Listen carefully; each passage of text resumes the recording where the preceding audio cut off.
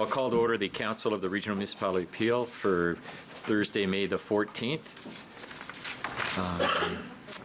And we have roll call.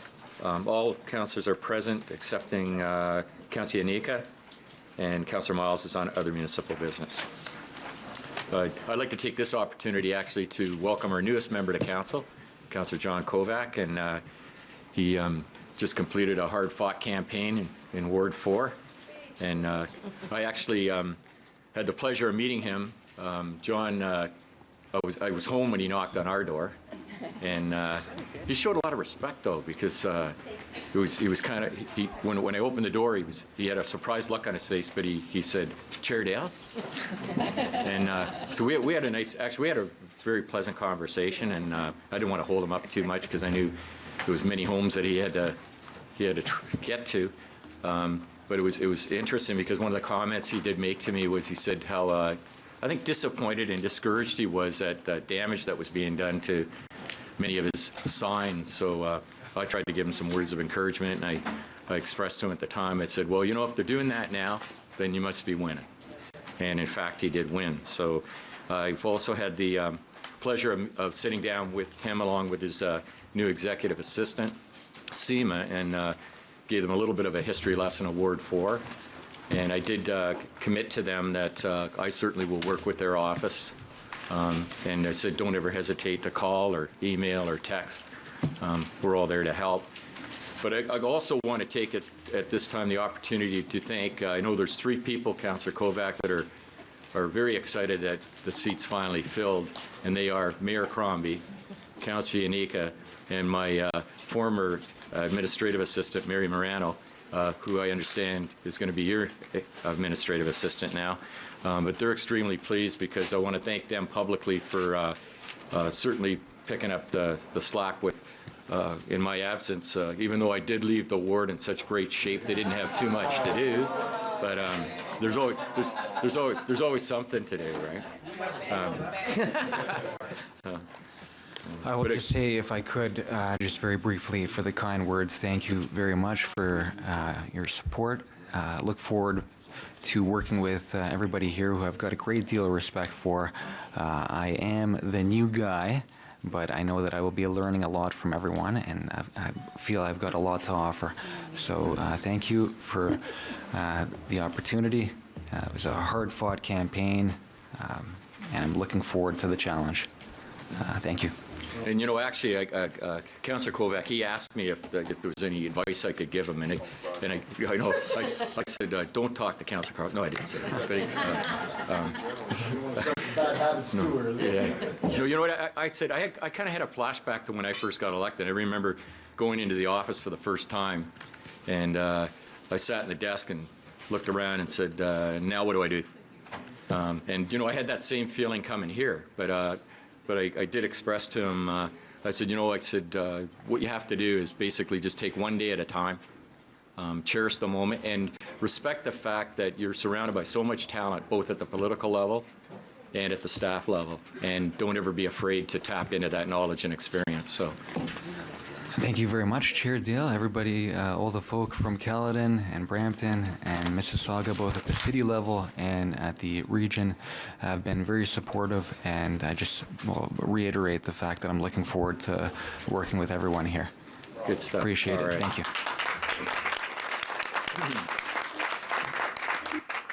Are there any declarations of conflict of interest? Seeing none, then approval of the April 6th. We have a moved by Councillor Yanika, seconded by Councillor Fonseca, that the April 16th, 2015 Regional Council minutes be approved. Any discussion? All in favor? Carried. April 23rd, moved by Councillor Moore, seconded by Councillor Palashi, that the April 23rd, 2015 Special Regional Council minutes be approved. Any comments or amendments? All those in favor? Opposed, if any? Carried. Approval of the agenda. Moved by Councillor Kovac, seconded by Councillor Yanika, that the agenda of the, oops. Can I just get... Yes, Madam Mayor. Sorry, I just wanted to correct the record on April 23rd, special regional council meeting. The second half of the meeting when there was a roll call, I was away for other municipal business. Okay, Thank you. we'll note that. Thank you. Moved by Councillor Kovac, seconded by Councillor Janika, that the agenda for the May 14th, 2015 Regional Council meeting include an additional communication from Chris Barnett, DLA Piper Canada LLP, regarding provincial facilitation to be dealt with under the terms related to Public Works Item 7.7, and further that the agenda for the May 14th, 2015 Regional Council meeting include an additional communication from Paula Tenuta, Vice President, Policy and Government Relations, Building Industry and Land Development Association, known as BUILD, regarding the 2015 Coordinated Review of Provincial Plans to be dealt with under the items related to enterprise programs and services, item 11.5, and further that the agenda for the May 14th, 2015 Regional Council meeting include an additional communication from Singh, Lesk, Castles, Brock, and Blackwell lawyers regarding the GTA West Corridor Environmental Assessment Study, Stage 2, to be dealt with under the items related to Public Works, item 7.8, and further that the agenda for the May 14th, 2015 Regional Council meeting include a delegation from Patrick Harrington, Aird and Bearless, on behalf of Argo Development Corporation regarding the Bolton Residential Expansion Study, known as BRES, to be dealt with under delegations item 5.2, and further that the agenda for the May 14th, 2015 Regional Council meeting be approved as amended. Any discussion? All in favor? Opposed, if any? Carried. Delegations, right? We go with 5-1 first. Our first delegate is Mr. David Lang, Chair of Bike Brampton. Welcome, David.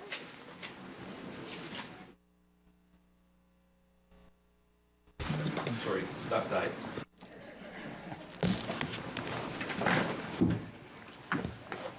Thank you, Mr. Chair. Members of Council, members of staff, and members of the public. Thank you for this opportunity to speak to you this morning. My name is David Lang. I'm a longtime Brampton resident, and I'm here representing Bike Brampton, which is a citizen volunteer organization that advocates for active transportation choices. I'm here to ask for Regional Council's leadership and support to help get more Peel children moving in an active way to and from school. I'm presuming that, there we go. Now, about 9 months ago, in partnership with the Heart and Stroke Foundation, Bike Brampton began working on a project called Brampton Kids on Bikes. And the purpose of that project was to really understand what was happening with regards to active transportation. We started off looking at it for Peel schools, or in Brampton schools. Turns out that it broadened very quickly to being Peel schools. And we wanted to understand what the barriers were to increasing more children choosing active transportation choices. And I won't go into all the details, but I can tell you that the results that we discovered over that 9-month period, talking to parents, teachers, many people inside of the region, was absolutely staggering. This isn't, okay, there we go. It's interesting that almost every preschool child gets their daily requirement of physical activity. Yet, once they are of school age, that percentage of population drops precipitously. So that in a middle school and public school, it is closer to 1 in 10, and by the time they get to high school, it's 1 in 20. This is creating a health as well as an economic tidal wave as our youth move into adulthood. And this has been well documented by Peel Region health officers. Already more than 1/3 of boys and 1/4 of girls are demonstrating the effects of what's been called sedentary lifestyle, driven mostly by the personal car. And active transportation to and from school has been shown to be a relatively simple, inexpensive, effective way of engineering activity into the daily lives of children. This simple strategy has lasting impact in terms of setting activity patterns not only for the day, but also for the rest of the children's lives. I should also note that active transportation has been linked through studies to improved academic and behavioral performance. And those who choose active transportation can be as much as 6 months ahead of those students in terms of academic achievement to those students that don't get their appropriate daily allotment of physical activity. The current traffic patterns around school zones and add huge burdens to school administrators, school board trustees, police, municipal traffic managers, etc. They create what I'll call as a war zone around the schools, which negatively impacts the safety of children traveling to school regardless of the means of travel. As a society, we have inadvertently cultivated and encouraged bad transportation habits, particularly for our school kids. I should point out that 2 kilometers is less than a 20-minute walk, and 5 kilometers is less than a 20-minute bike ride. And just to give you an indication, here is what 20 minutes will cover in Caledon, Brampton, and Mississauga. So it covers a significant portion of the territory. Yet in spite of all of that, we continue to head in the wrong direction. And the main barrier for this is perceived safety risk. This is keeping our children from participating more because parents feel that it's unsafe.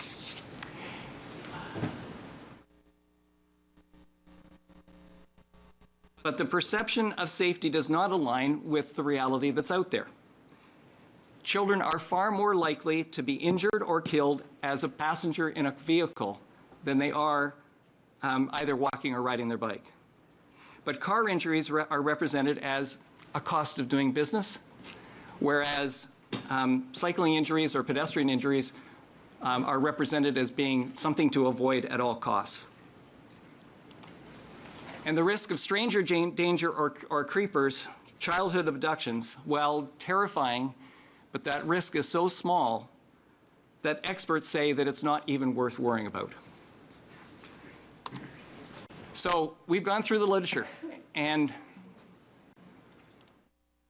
study after study has demonstrated that the benefits of active transportation far outweigh the risks of active transportation. Is that what I'm, okay, thank you. That makes it easier. So, it still doesn't work. Okay, there we go. So it is time for a cultural norm shift in favor of active transportation, and that's where I'm asking for your help. I don't want to minimize the complexities of changing cultural norms, but school travel planning, when performed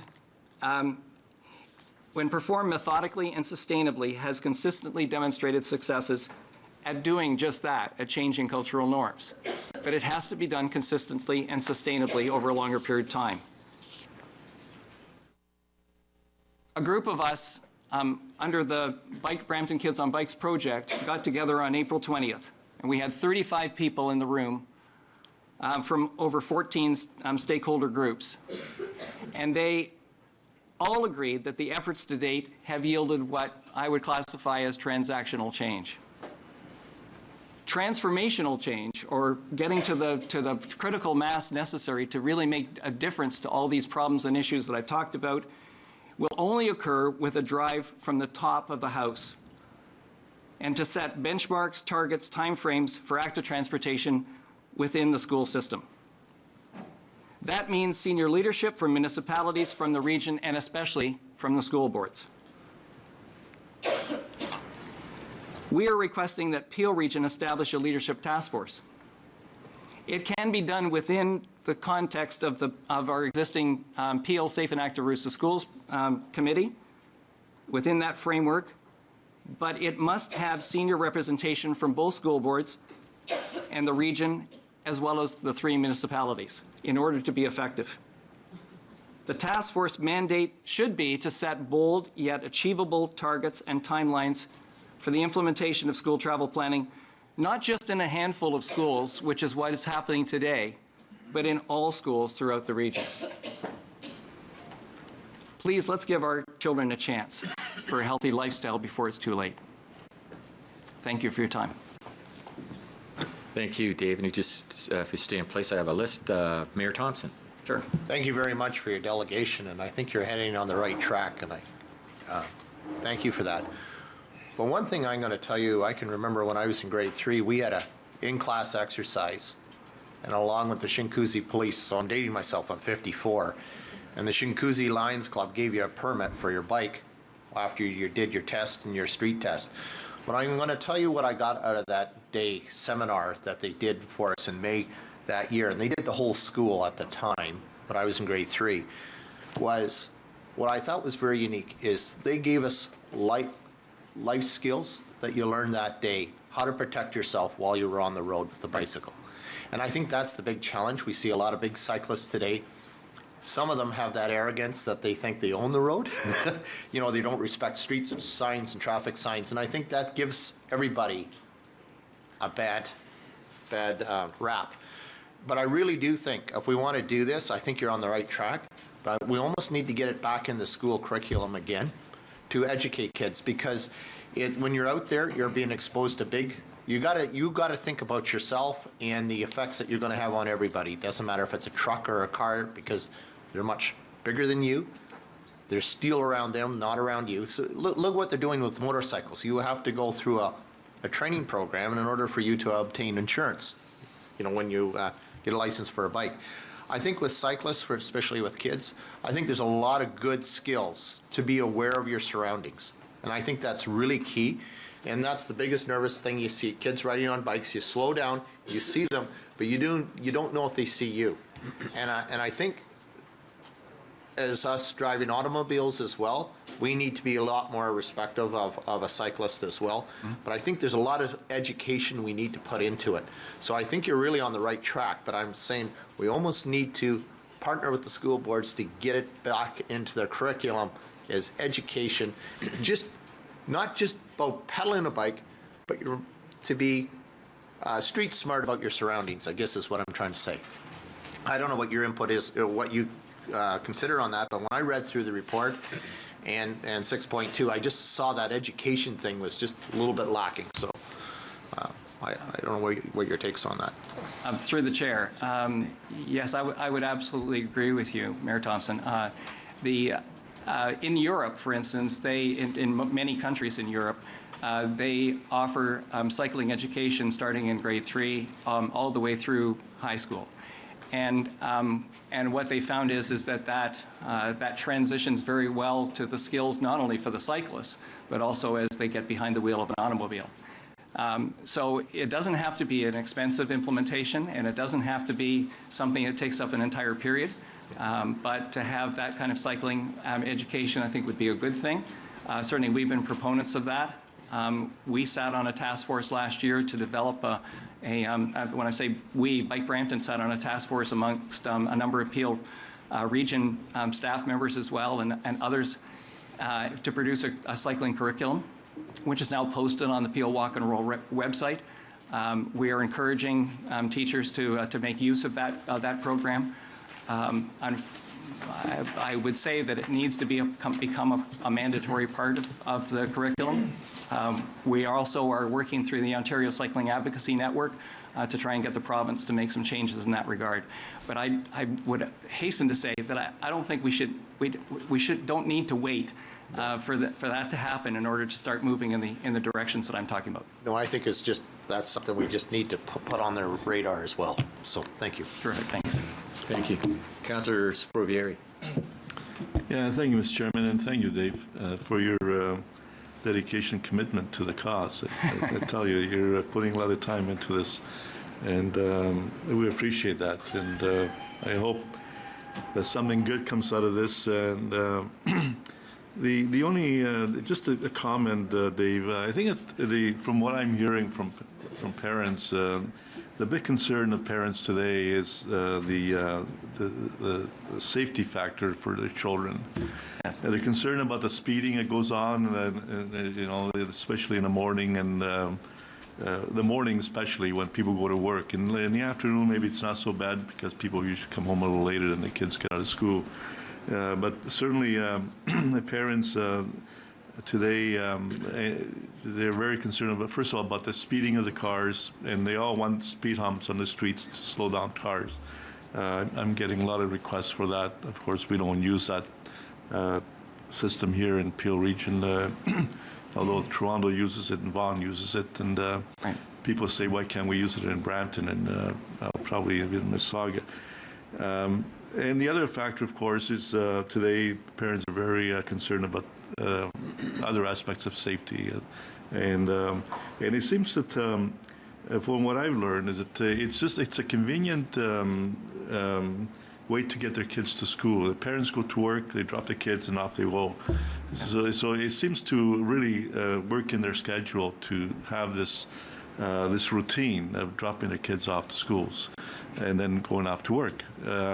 So it's a big challenge. I don't know how we're going to overcome those two factors there, but I do understand your motivation, and I think it's a great motivation to really make people understand that they must be more active, because today, as you said, the kids spend too much time on their little gadgets and on the TV rather than being active, and that's a big problem. So I want to thank you for your passion on this issue, and for your all your efforts, because it's truly a worthwhile issue to push along and try to make some improvements on that. So thank you very much, Dave.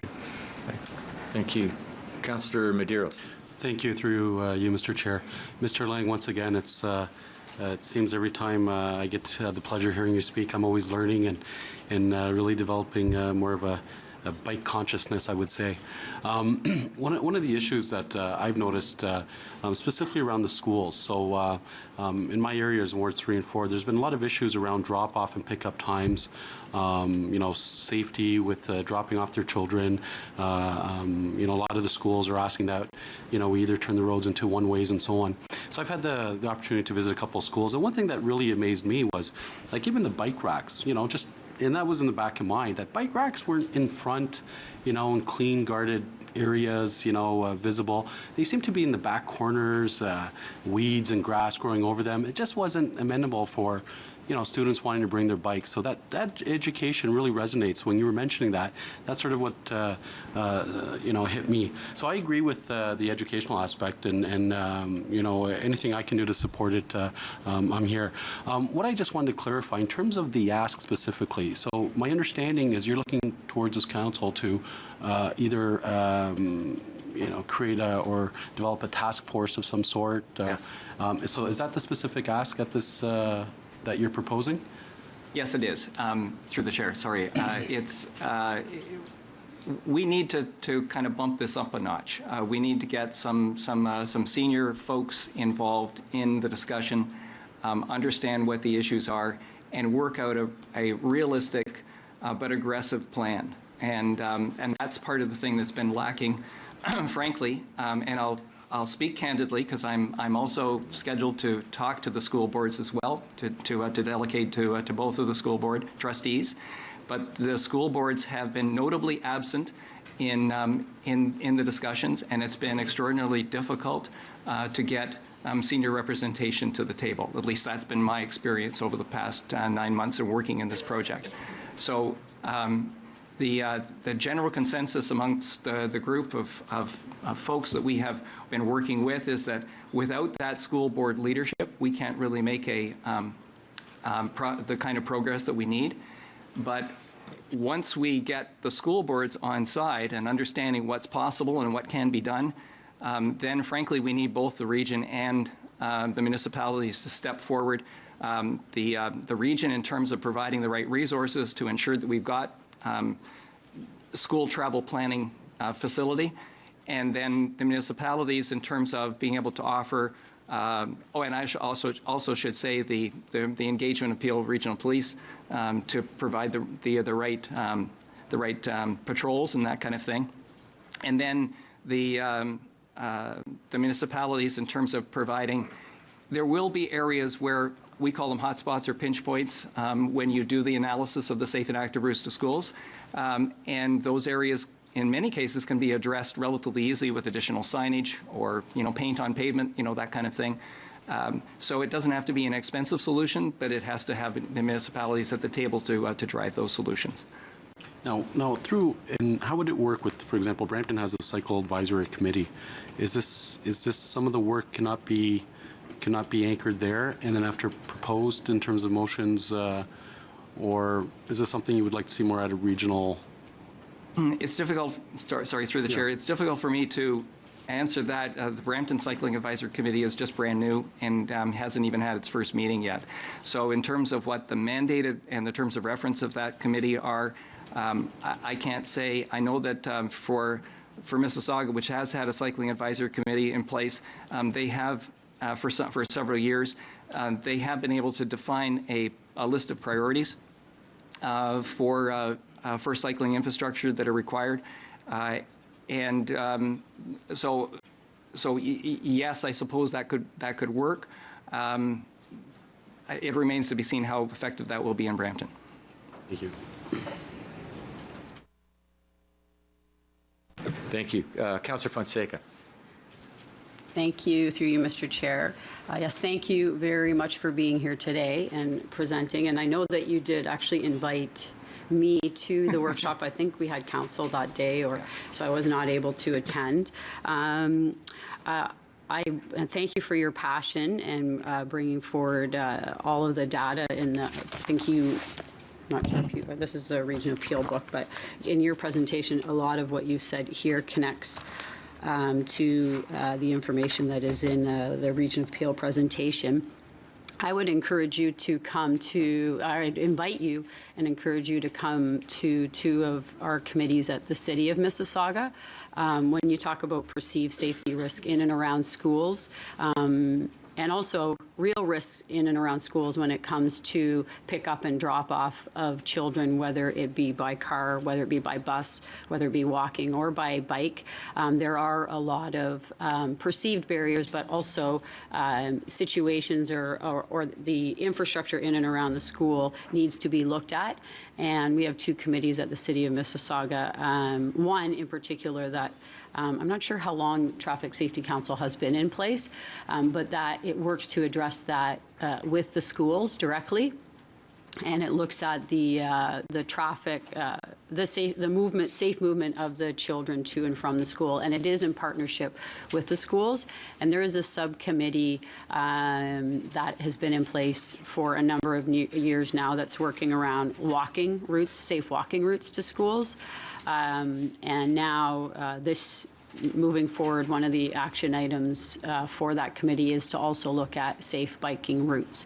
So a number of the questions that you've raised here, concerns, these two committees, in particular, Traffic Safety Council has looked at those and does have a criteria or a checklist in place where they are working with the school board, but also the police as well, and also corporate security in the city. So I would invite you to come and you'd be able to ask questions, look at how the model is working in Mississauga. There's many, I think, many successful programs that have been put in place when it comes to getting children to and from school safety through Traffic Safety Council. But at the same time, we have seen an increased demand in Mississauga for that walk to school route from the parents themselves. And there is a criteria that's put in place. So as well as through our Cycling Advisory Committee, we recognize that there are gaps, and we want to make sure that we're providing the safest environment for young people to ride to school. So one of the priorities is to work with, again, with the schools, but also potentially through the Traffic Safety Council to try to address this so that you're not only looking at the cyclists, but also the pedestrians, and also the fact that some people will be driving their kids to school and some will be taking the bus. So you have to look at all forms of transportation and ensure that they're all considered when looking at the safety aspect. So I hope to see you out at those two committees, and hopefully you'll be able to have some of your questions answered or look at those as models as to something that may be able to be implemented in Brampton. I think it's also important to note that through the Peel Safety Village, there is a lot of resources that are available to the local municipalities that we need to make sure that we're accessing for all at the local municipal level. One is bike rodeo kits that we're exploring to try to use those and implement those in conjunction with what else we're doing through our Cycling Advisory Committee and also Traffic Safety Council. Thank you. Excellent suggestions, Councillor Fonseca. And before I go to my list, back to my list, Dr. Davila, did you have a comment? Yes, thank you, Mr. Chair. Through you, first, thank you very much for your presentation. As you can well imagine, in my position, I'm a strong advocate for increasing cycling and other forms of active transportation, not only amongst the children of Peel Region, but frankly amongst all residents of Peel Region. Just to inform Council, however, there is a committee comprised of senior staff from the region and from the local area municipalities who does, and this committee does actually work on active transportation in general, not just cycling, but all forms of active transportation, and is charged with overseeing implementation of the council-endorsed active transportation plan. So there is some activity certainly happening at that level, and seeking to increase the amount of active transportation, the amount of daily functional trips that are being made through active transportation routes, which would include cycling. I would agree with Mr. Lang that we would like to see a little more active participation across our schools, and through this committee and through many other activities that we have happening through the health department, we're trying to ensure that that does indeed happen on the go forward. So I thank you again for your presentation and look forward to working with you in the future. Thank you. Councillor Moore. Well, thank you. And thank you once again. Nice to see you. Lend my appreciation to yourself and Dale for all the work that you do in spreading the word. I don't know what the call to action looks like. There's 4 of us around the table who have been school trustees, so we certainly heard the message about the congestion in front of schools, and there isn't anybody else sitting around this table that doesn't get the calls about the concerns, the congestion, the safety concerns around the front of schools. What's interesting is we send out our various safety councils, and they come back with recommendations to put up no parking, no stopping, no U-turns. They recommend barriers, kiss and rides. We're doing absolutely everything to try and deal with the symptoms of it, when in actual fact, the solution, we've always known what the solution was, and that was to have children walking or cycling to school. It's like with diabetes. We know what the solution is. Everybody's looking for a pill or a magic bullet to address it, and doing fundraising to buy equipment for dialysis at the hospitals and so on and so forth, when the solution lies within each of us. There's no question the leadership is needed from municipal councils, provincially, the school boards in particular as well. And they could be doing things like putting bike racks, safe bike racks, out where they're visible, not stuck at the back of the school where bikes get stolen and vandalized. And so that's, another issue that school boards need to step up and make that kind of investment. I'm happy to, I sat on the interviews. Congratulations to both of you. You'll be sitting on some citizen appointed committees at the city to look at issues around active transportation and cycling. But we need to find a way to create that call to action. The leadership really needs to come from the parents. And the trust and confidence needs to come from the parents that they've given their children the skills they need to walk or to cycle back and forth to school safely, instead of not giving them those skills and dropping them off at school in the car because they think that's more convenient or safer for them. But clearly there's a role for all of us to work together. You've heard that our staff are doing that, which is kind of invisible to the public.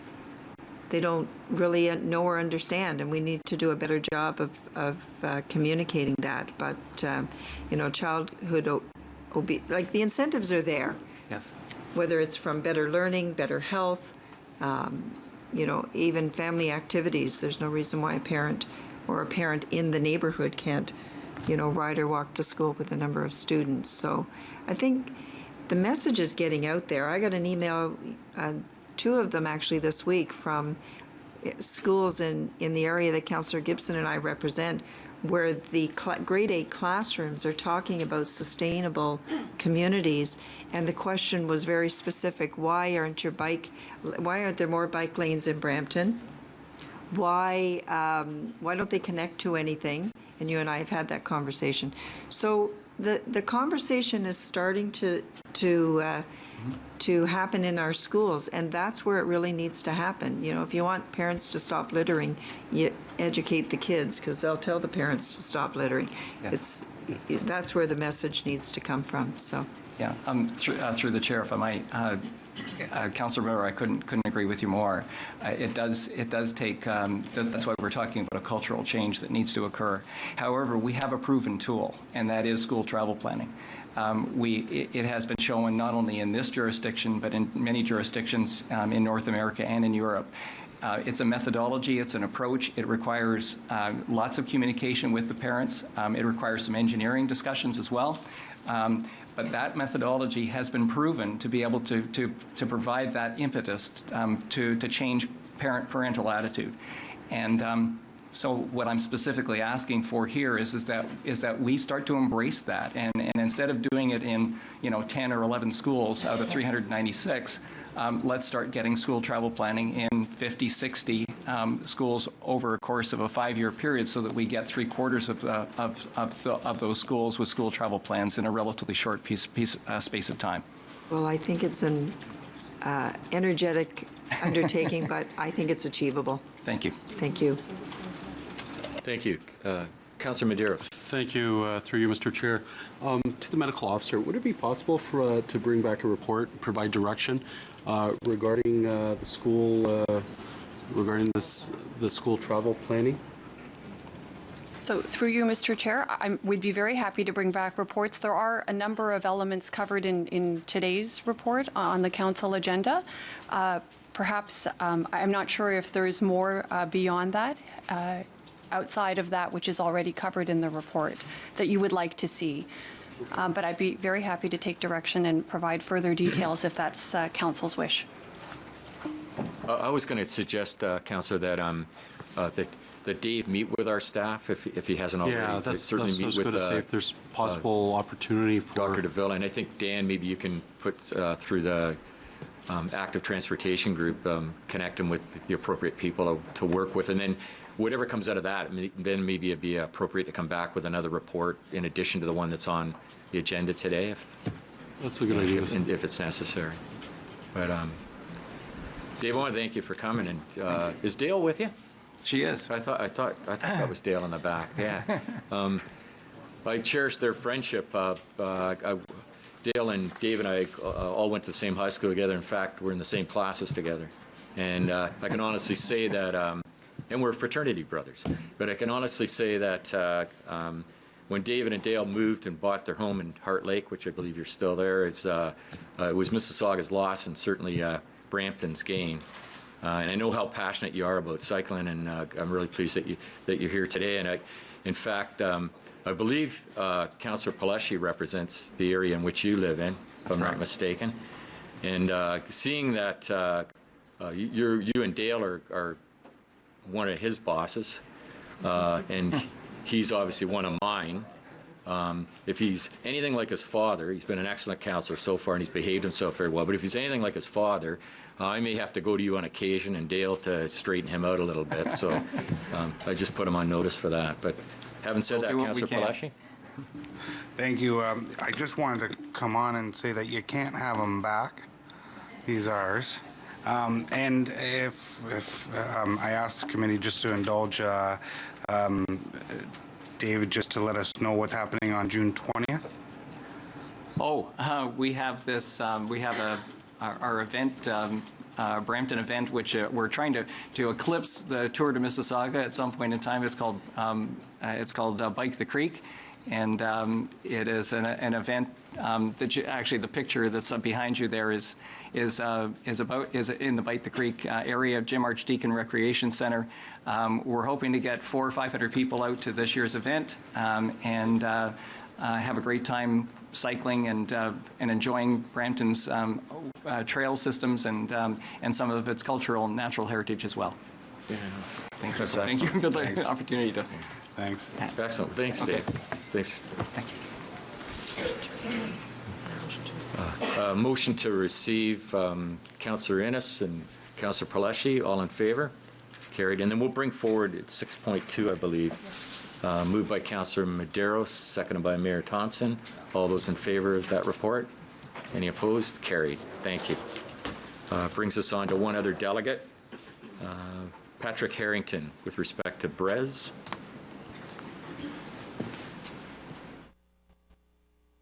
Welcome, Patrick, and I would just ask that you keep it to 5 minutes or less. We've got a very busy agenda, and we are accommodating you today. Certainly, and I thank you very much for your accommodation. My name is Patrick Harrington. I'm a partner at the law firm of Aird & Burles. This council has heard from my partner, Steve Zakim, on behalf of the Mayfield West landowners. I'm speaking on behalf of Argo Caledon Developments. Argo owns lands in the Bolton area that is currently being studied for as part of the Bolton residential expansion. The reason I'm here today is because we attended at the pre-hearing conference for the ROPA 28 appeal that was held in front of the board yesterday. I'm pleased to advise that a hearing date has been set in that proceeding. However, due to the board's calendar, it's not been set until February 16th. It's going to run from February 16 to 26. Argo is part of a landowners group that is maintaining a watching brief of that proceeding. Argo itself doesn't have any interest in the employment expansion of Bolton. However, Argo does have an interest in the residential expansion of Bolton. And as you'll recall, there is currently an application on file with the region and under process filed by the town of Caledon to expand Bolton as part of the Bolton residential expansion study. My understanding is that it's still in process, however, it's yet to be circulated. Our interest is, of course, in advancing that process and ensuring that it is maintained separate from the process that is currently underway before the board. We are informed that, as a result of our attendance yesterday, that there is some interest on the part of not only the appellant but some other parties who are seeking party status on the appeal to bring residential issues into the ROPA 28 process. There is a motion to consider that request coming up in July. We are monitoring that process and may need to take party status because we support the efforts of the town of Caledon and the region of Peel to process the employment and residential expansions of Bolton as separate processes. Council will also recall that there was a letter from the minister offering facilitation in the context of ROPA 28. There was an interest on the part of the region to facilitation if there was buy-in from the town of Caledon. But obviously, the minister made it quite clear that the BREZ process, which may ultimately become ROPA 30, is part of a public process that's ongoing at the region, and that it would be inappropriate to include that within facilitation since it's ongoing. We obviously support that characterization of the process. And to ensure that the processes stay separate and stay on the rails, our request is that Council give close consideration to advancing the BREZ process through circulation and to a public meeting. With a February hearing coming up on ROPA 28 and some growing interest in bringing residential issues into the mix for Bolton, it stands to reason that it would be appropriate for the proper forum for residential discussion be advanced and at least have a decision coming from Regional Council on what would ultimately be ROPA 30 in advance of any hearing of ROPA 28. That way, those who have an interest in residential expansion have a proper forum in which to make their submissions to Council and, if necessary, have something, a decision of Council to take to the board rather than trying to shoehorn residential issues into the ongoing process for ROPA 28 or to shoehorn them into the request for facilitation. Obviously, that requires some additional work on the part of regional staff and a decision from regional council, but as has always been the case, Argo is very supportive of the efforts of the town of Caledon in bringing this forward, bringing it forward separately, and all we are asking is that timelines be advanced, being cognizant of the fact that ROPA 28 is coming up for a hearing in February, that there is that ongoing interest to try to mix the employment and residential issues, and our preference is to finish the process that has already been started, to be respectful of that process as the minister has been, and to hopefully not intermix the processes or have any of the processes lag behind. So that's the context in which I wanted to bring this to your attention and to give you kind of an update. I'm sure your solicitors will update you on the region's position with respect to ROPA 28, but I wanted you to have the landowner's perspective before you heard that coming from your solicitors. Well, we thank you very much for being here, and certainly we'll take the comments that you've made into consideration for sure. Thank you. Thank you. Seeing no one on the board, I'll motion to receive, moved by Mayor Thompson, seconded by Mayor Crombie. All in favor? Opposed, if any? Carried. Thank you. Thank you. We're in Public Works. That moves us down to items related to Public Works. Councillor Starr, if you take us through that. The first item on the agenda is transportation planning and delivering for growth. And I think Mr. Albanese is going to give us a presentation.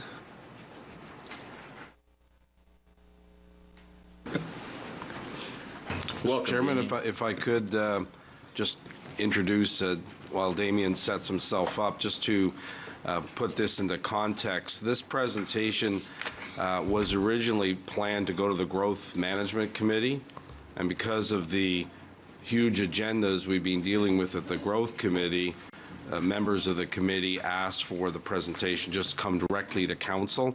So if you're wondering where the context is, it's related to the ongoing work that we've been doing with the Growth Committee. So, Damien, all yours. Good morning, Mr. I think one is off. Good morning, Mr. Chairman and the members of council. I thought transportation was an important topic. That's what's coming to council. So just thank you for the opportunity to present before you the transportation component of the regional appeal programs to accommodate the growth and maintain the existing community. The going forward, make sure that I do the. Okay, it's going to be a brief overview of the transportation component. Some of the concerns, some of the questions, and in a sense, the objectives is what's the existing trends and future transportation challenges and opportunities that we have to deal in Peel, as well as the adjacent municipalities, because we're part of a much larger picture. Why do we need to address these issues? What have we achieved to date to address some of the challenges and the transportation and growth in Peel? So these are some of the elements that we're trying to address. Going to the what the trends are at a glance. So we do have population growth at the present time. The 2015 picture it looks like we have just about 1.4 million people living in Peel, and that equates to about the requirements in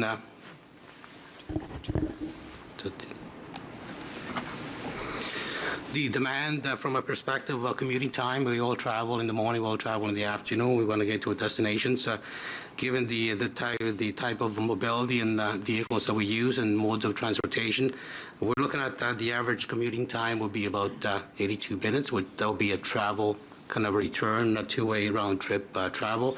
And this is some of the information that would be before you, some of the average commuting time, the traffic congestion levels from a Metrolinx transportation plan and its surveys, and where Peel is part of the GTHA and falls within the Metrolinx survey. So there will be 82 minutes of commuting time that we have experienced in the morning. And from a business traffic congestion level, which impacts the in a sense, the business sector as well as the and impacts the population, mobility, and level of, I guess, expenses. We're looking at about $6 billion in traffic congestion expenses that we experience in the GTH area. that's a lot of lost time that people spend on the road, and a lot of downtime that people, in place of being at work, or travel time that they have to commute.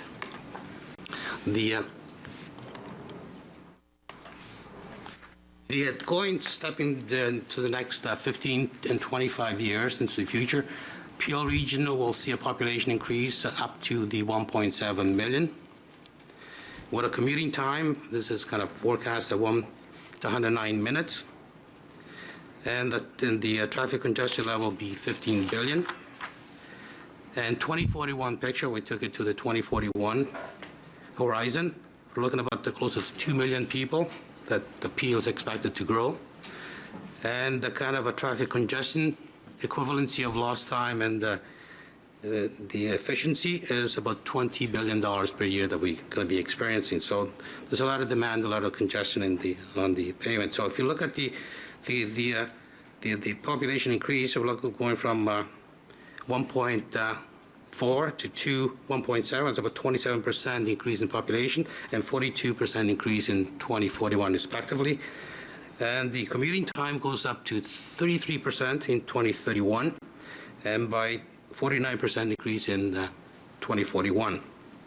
One point to note is that the relationship of increase in population to the increase in travel time, commuting time, is the increase in travel time is much higher than the population increase, because a minor increase in congestion or traffic demand on the network, it's a kind of an exponential increase into the congestion because of the different moves and demands on the network. The next, some of the trends that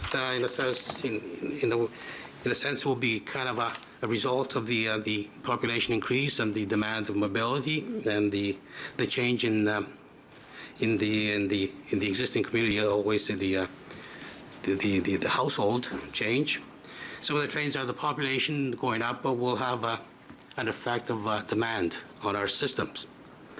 And the demand that will have will also create some opportunities that we have to look into the future to create some kind of elasticity, some kind of a mobility accommodation. And one of the opportunities will be that we have to shift. We need to shift into multimodal transportation planning. And as we said, the active transportation and those elements that are associated with the active transportation will play a major element and component in our mobility in the future. I guess the business sector, well, going back. There's also with the demand in the network, there's also the delay in the goods movement, which is one of the components of the business sector. And that will be impacted, will have an impact not only on the population, but also on the economic vitality.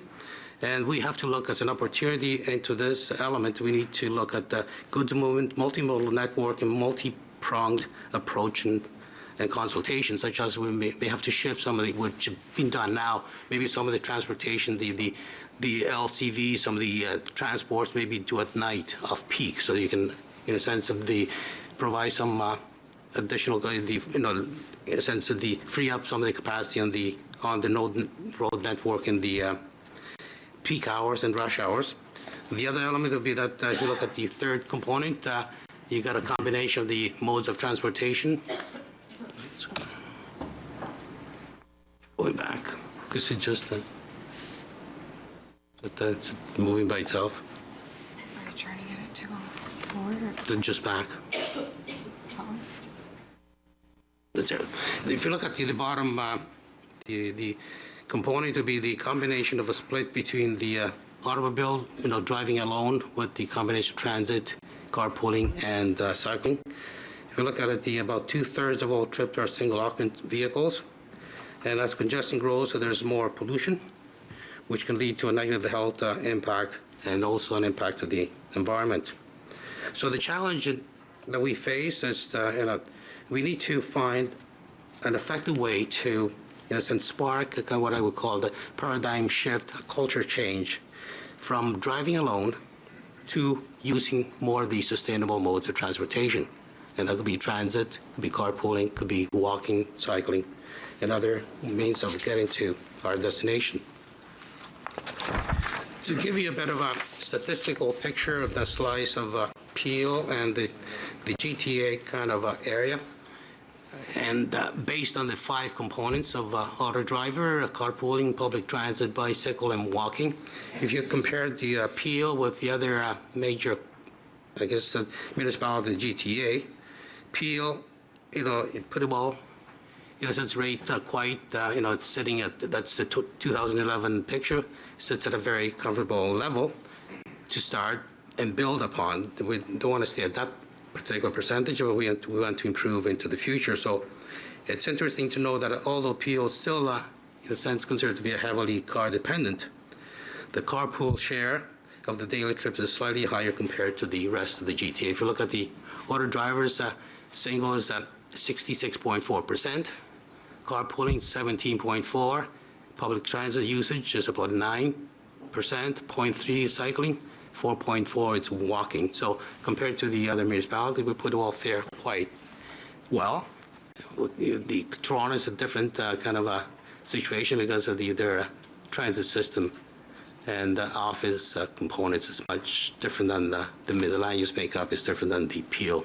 But compared to Halton, Durham, and York, we seem to be, in a sense, encouraging this kind of a model transportation modes of getting around. To move into looking into the next 15 and 25 years, starting from the left will be, that's the current 2015-2011 picture.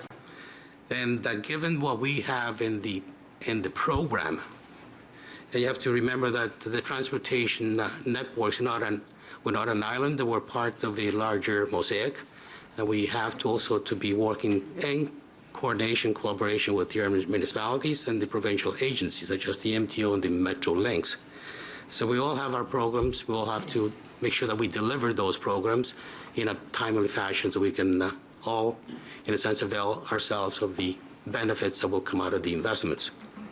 So if you look at the first column to the left, that gives the 2011 picture, which was presented to you at the previous slide in a more detailed fashion. But and we projected into the 2031, 15 years hence, and also the 2041.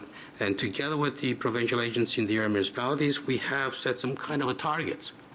If you look at it, I know it's a very populated slide, it's difficult to see, but for example, we're trying to, the driving alone percentage, currently at 2011 was 66. We want to diminish it, reduce it to about, it's much lower than that, we're trying to do. We have now at about 58 and then 50% reduction by 2041. The other component is to be sustainable modes, the carpool, transit, and walk cycle is to increase the percentages. So in essence, to reduce the driving alone component and substitute those trips with the multimodal approach. So the trend will be to the targets that decline the trend of driving alone. We need to get more people carpooling. We're doing that with the smart commute and all the active transportation in the commuter parking lots. We need to increase the transit ridership, and we need to commute more with walking and cycling. So these are the point that we're trying to achieve. So we in our model we have, in a sense, used to project to the 2031, 2041 picture that we assumed a 15% model split. If there's kind of the component between using vehicles, automobile as well, and using transit, how many do we feel that the percentage, the drivers and the trips, the number of trips, 15% of the trips that we want to, in a sense, to generate it, we assume that 15% of those trips will be using transit. So we hope that that is achieved. At the present time, we're sitting at the 10 to 12% ridership, which means that we're hoping to achieve at least a 50% increase in transit alone to be able to sustain the modes of transportation.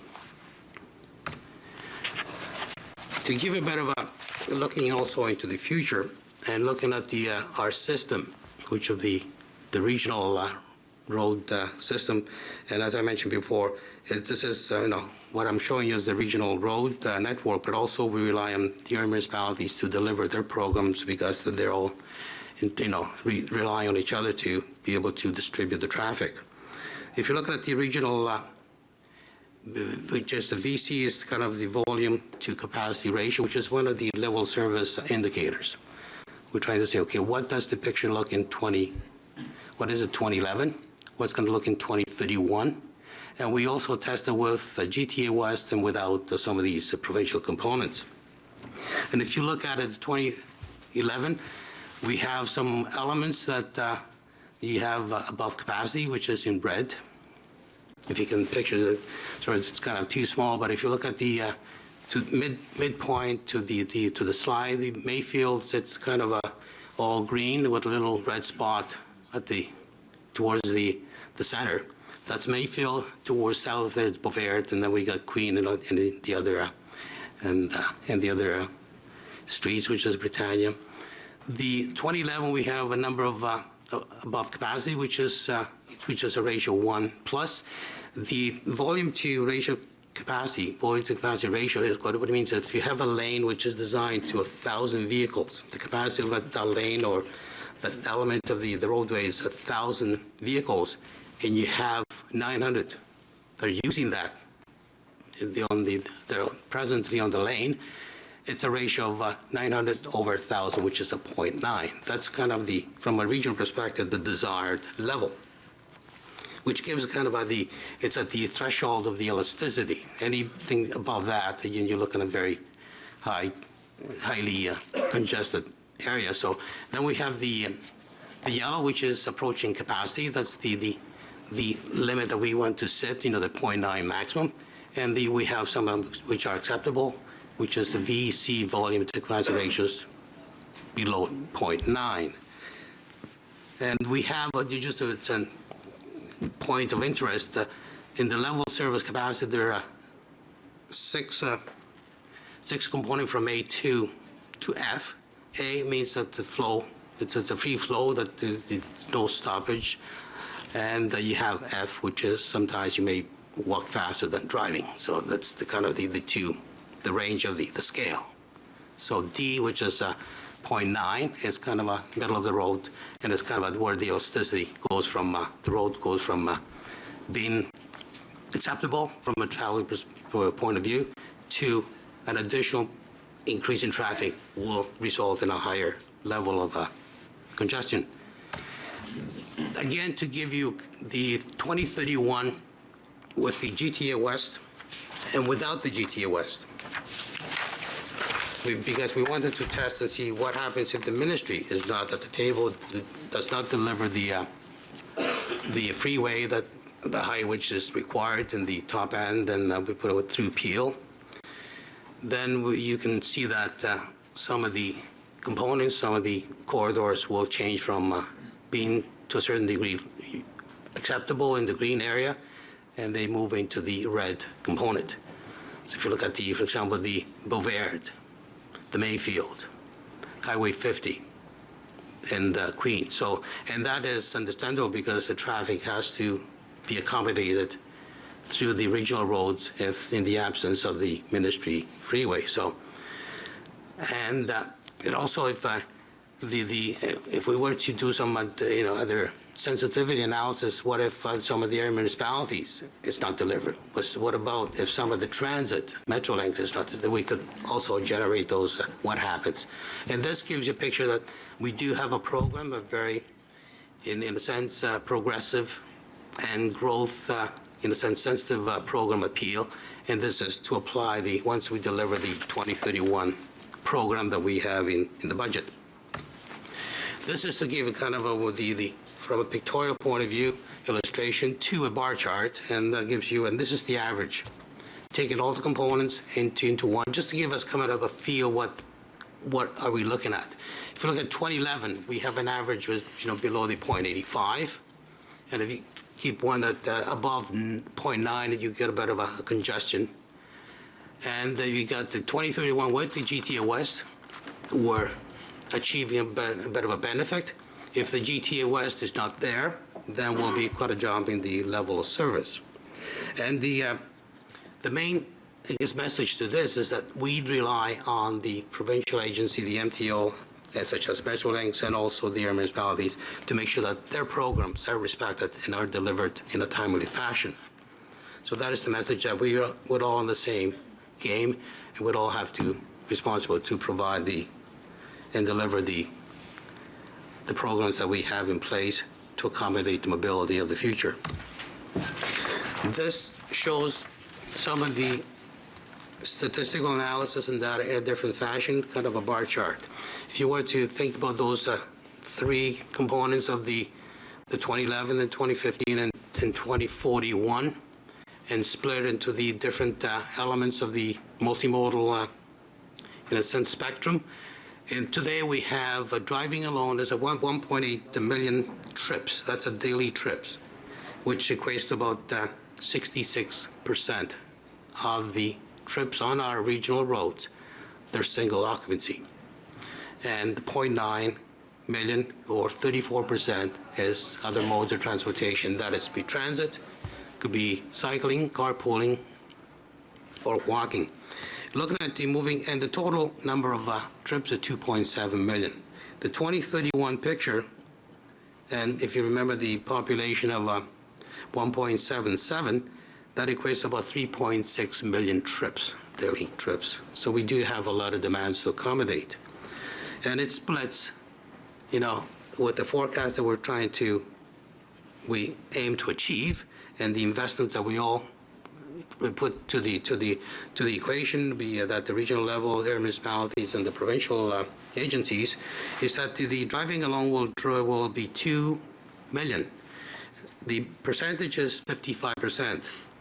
Although the percentage drops to about 11%, the quantum of the actual number goes up because of not everybody, not the 100% of the increase shifts to the multimodal means of transportation.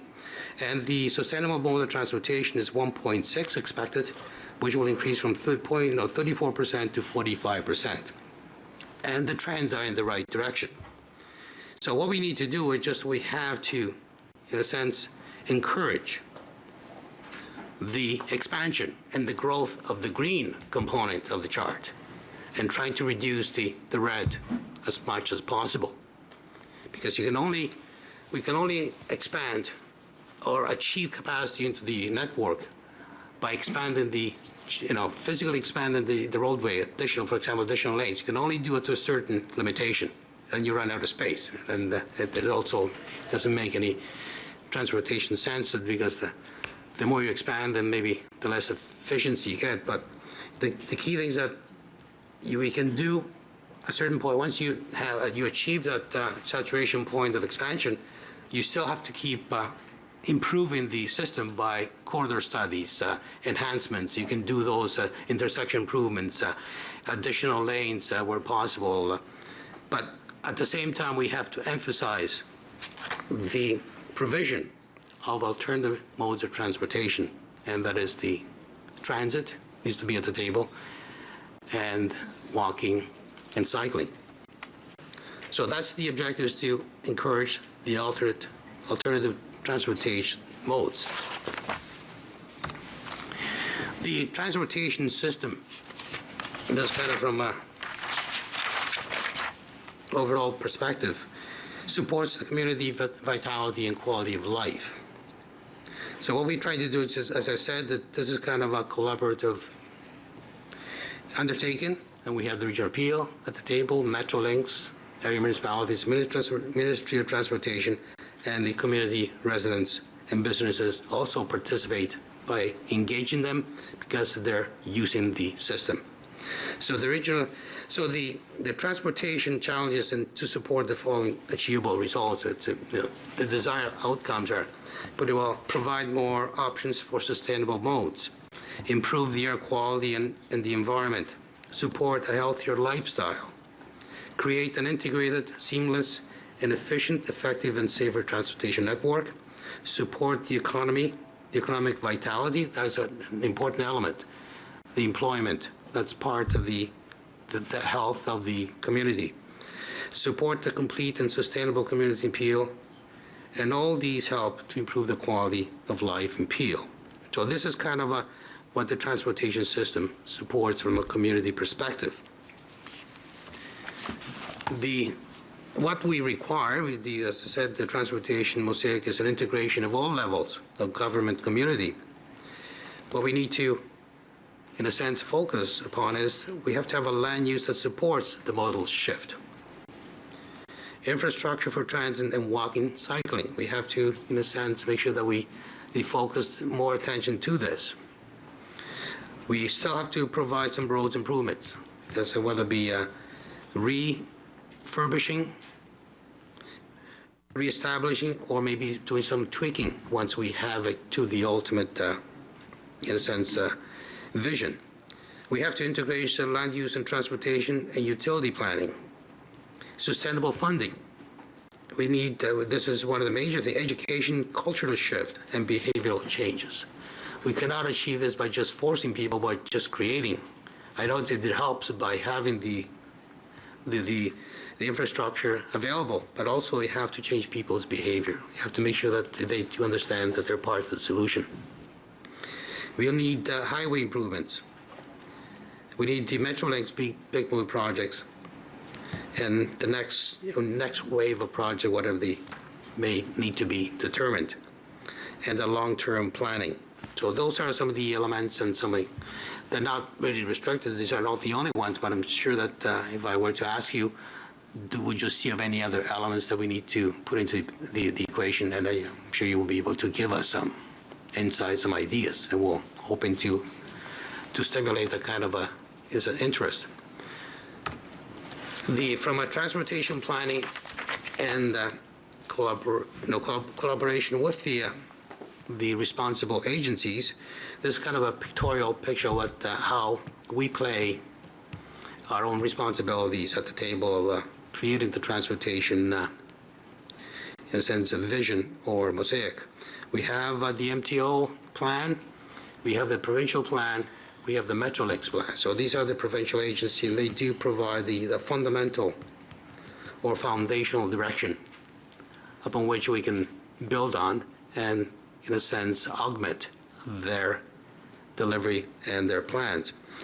The regional PA, we do have a long-range transportation plan that captures all the elements of what we're trying to achieve. If you look at the icons, we're looking at the walking, we have accessible transportation, cycling, carpooling, transit, and with the automobile. So those elements we're trying to capture into the long-range transportation plan, which was laid at the cycle was updated in 2012. It's a 5-year cycle, and we're working towards updating this plan for 2017.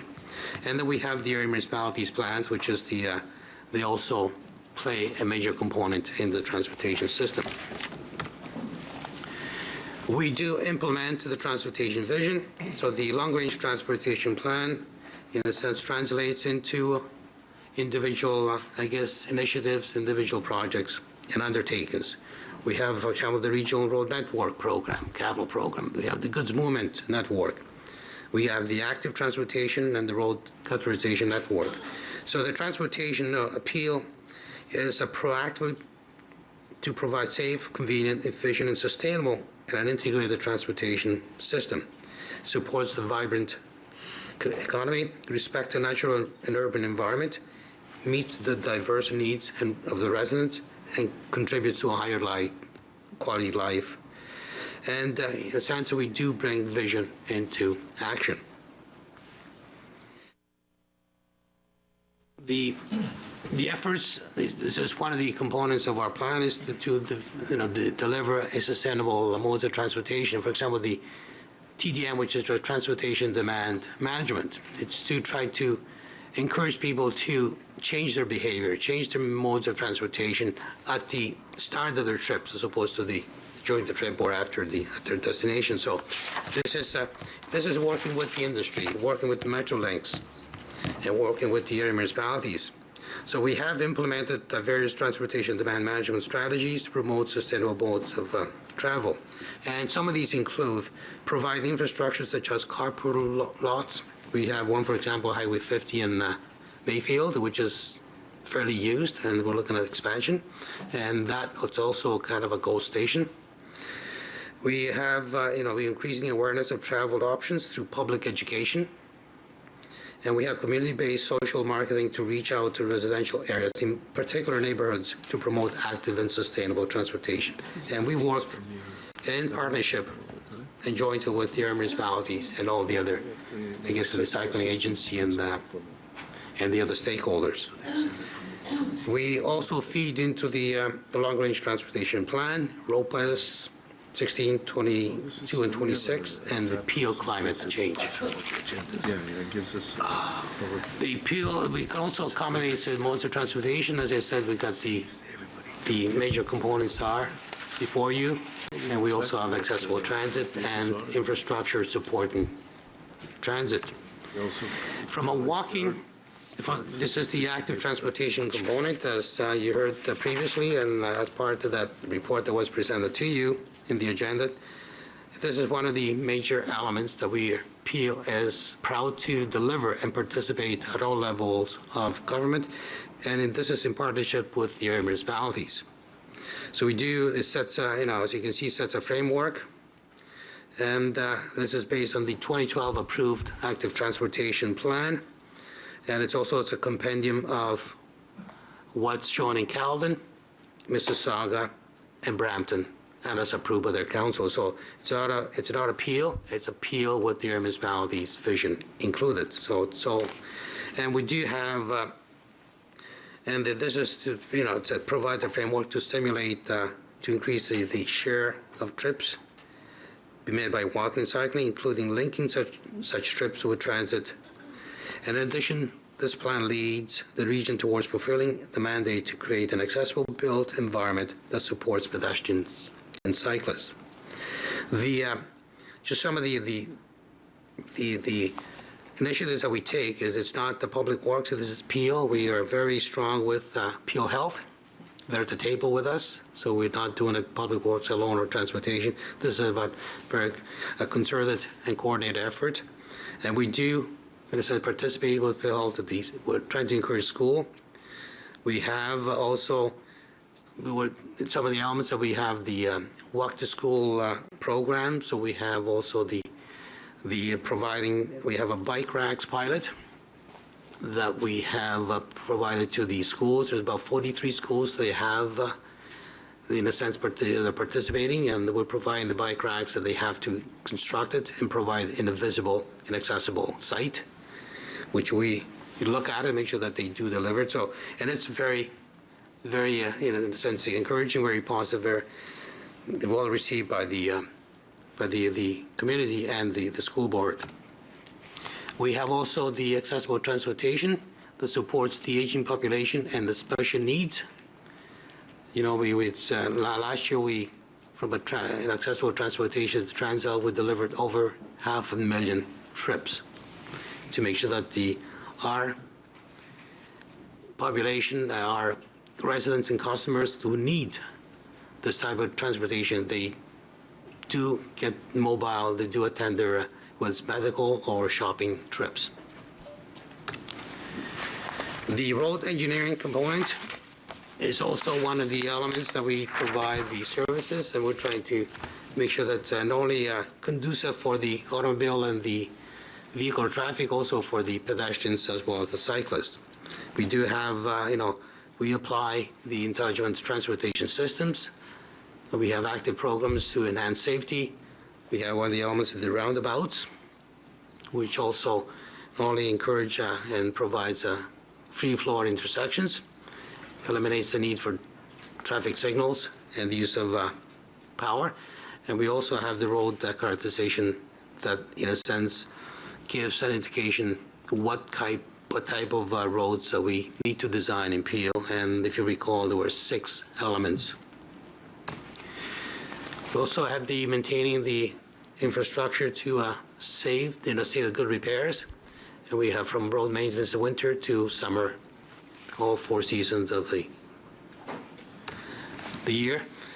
The goods movement that goes through Peel, we have $1.5 billion per day traveling, either with origin, destination, or traveling through Peel. It's about $1.5 billion. And this is the source of 2008. The data, the number is being updated by MTO. They haven't published the number, but the number is close to 1.8 billion per day currently. So that's the 2015. So as you can see, we have a very dynamic and demanding, in a sense, a service that we have to provide. The goods movements is an important Peel economy. We do have a task force, and we did create or develop 23 actions back in a few years back, and 15 of those 23 are completed, and 7 are underway, and 1 is to be started in 2015. There should be a better integration, as I mentioned, that you can't isolate transportation from the land use, so there's to be a better integration of land use and transportation planning. You've got to make sure that you create those high corridors with transit and higher density to be able to walk to work or walk to shop, and that the land use mix would have to be kind of commercial with residential, so that you can minimize the length of trips from the residence to the, in a sense, commercial or employment destination.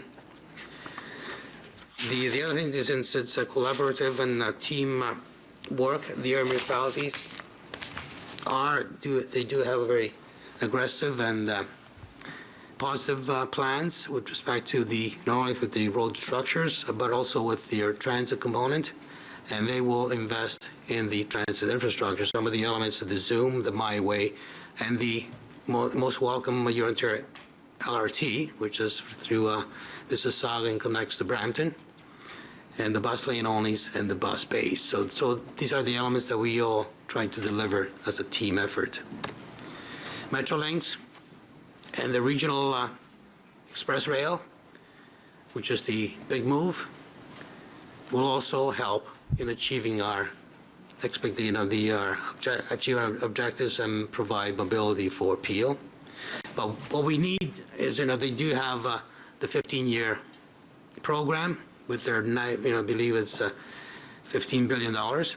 But they also have to need what we feel they should also explore, the all-day two-way GO-Transit services in Peel. They need to, in a sense, implement that and put in place as soon as possible, because we need to have the stronger connection to the city of Toronto, for example. We don't just want to be a north-south type of mobility, but also there has to be the east-west strong connections. And we need new tracks and grade separations. This is a much more focused area within the Peel and into the Caledon and Bolton area. As I said, MTO is also a major player, and they need to make sure that they stay on track with their program, which is the Southern Highways program. Make sure that what they have planned for 2014-2018 gets delivered. And there's the element of components. But what we feel MTO should consider and bring them forward, it would be the Highway 427 extension to Highway 9. There's no point, it's good to have it to Major Mac, but we feel that the Major Mac creates a bit of a, congestion there. It should go to Highway 9, so at least you have a highway to a highway and provide some relief and some displacement of traffic that should be on the 427 to Highway 9, away from Highway 50, away from the Gore Road, away from the airport and Dixie. And also consideration for long-range sustainable transportation plan for Southern Ontario. We are in discussions with them. I'm sure they do plans for 25 to 30 years, but they need to, in a sense, share the information. Don't just give us the 5-year, because, transportation, 5-year too short. You need to look into beyond the 25, 30. And the road to success should be partnership and collaboration. So I mentioned we can't do it alone. We're part of a larger team. And perhaps, we have some of the message that we have to make sure that we deliver on our programs, encourage the shift culture shift from just driving alone to other modes of transportation. We have to do it in collaboration with each other. Maybe at the end of the day, maybe I'm not advocating for additional task forces, but I think council may think about creating a task force that takes all these partners into the same room to be sure that they are monitored, that they are delivered at the same time. Metrolinx, the Air Municipality, and Peel, so that we do it at the staff level, but it would be nice to have it at the political, at the higher management from an overarching perspective. So this is my presentations. I know I went quite fast in the interest of time. There's a lot to capture, and I hope I gave you a bit of some of the insights, and there's a lot of information to absorb, a lot of numbers. I'll be glad to answer any questions, or maybe meet in smaller groups and go into the more details. Thank you, Mr. Chairman. Thank you, Damien. I'm glad to see you gave us the short version. Mayor Thompson. Did my best. Thank you, Damien. And yes, there is a lot of good information here. So out of what you've come here or accomplished, what does this tell you as far as future road design and planning for the region? Sure, I think we do, as I said, thank you, Mr. Mayor Thompson. We do have a good, as I said, a very healthy and positive programming. But once we reach that level, and as you can see, by delivering what we planned, we did achieve some of the roads elements acceptable level, below the green lines. But once we reach the kind of the 6-lane plus turning lanes and so on and so forth, we need to focus our attention to, I guess, to the links, the nodes, the intersection improvements. Looking at maybe moving some of the, if it's some of the lanes, HOV. We do have roads that are designed to be able to be recaptured as HOV lanes. We're working with transit to make sure that there's a possibility to convert some of those lanes into kind of a high level of transportation transit components. And the other thing would be to land use. Is the element that we need to look at the land use component. We just can't, hope that everybody would, permit them to drive alone. There might be some elements of, in a sense, to manage this kind of demand by addressing folks on the land use. Just if you can create employment and live and work much closer to communities, then you eliminate having people to travel a long distance. Well, I think that's where you're trying to go, is mobility hubs are like magnets. So how do you do better community planning, but also for employment?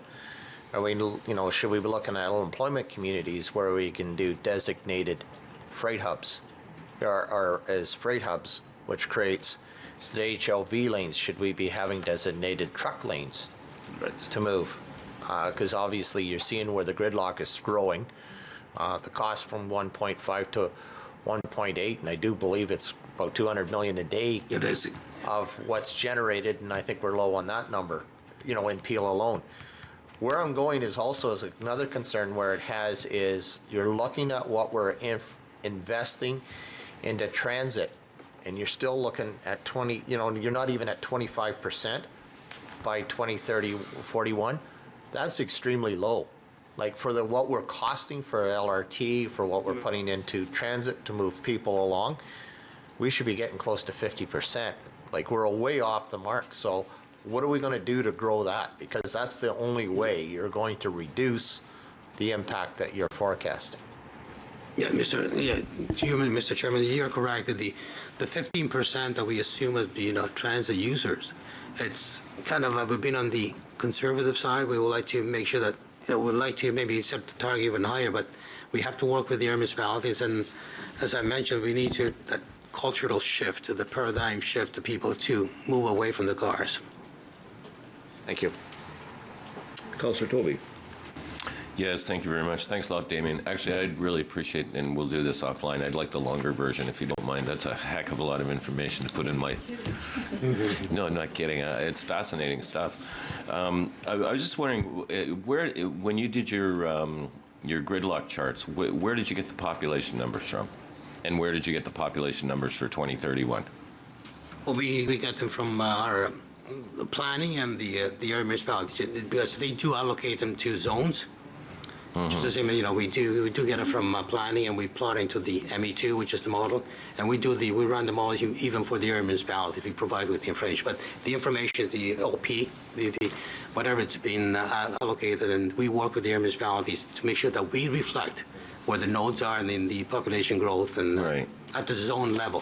Yeah, I guess I was kind of wondering because our city center is actually, right now, it's pretty much at our 2031 target. So I was kind of looking at that sort of section of the street grid going for the 2031 going, well, is that what we have now? Because we've literally, there's another report before us today that even mentions that, says that that the Mississauga's Urban Growth Center has almost reached its maximum density target of 200 people per jobs per hectare, a target that is to be achieved by 2031. So I'm wondering, the 2031 thing you've got in there, is that what we've already got in downtown Mississauga? Well, some of the area we may have reached them anyway, but yeah. But we do reflect what the population is, the current information, and we plug, we just plug it into the computer. So some of the 2031, you're correct, Councillor, that we may have some of those links and the elements. They could be experiencing the 2031 traffic now. Yeah, and I really appreciate the way you've pointed out how we need these new highway extensions like the 427 and particularly the GTA West. I've had 2 presentations on the GTA West now, and I've asked them the same question both times because they've given us cross sections in there.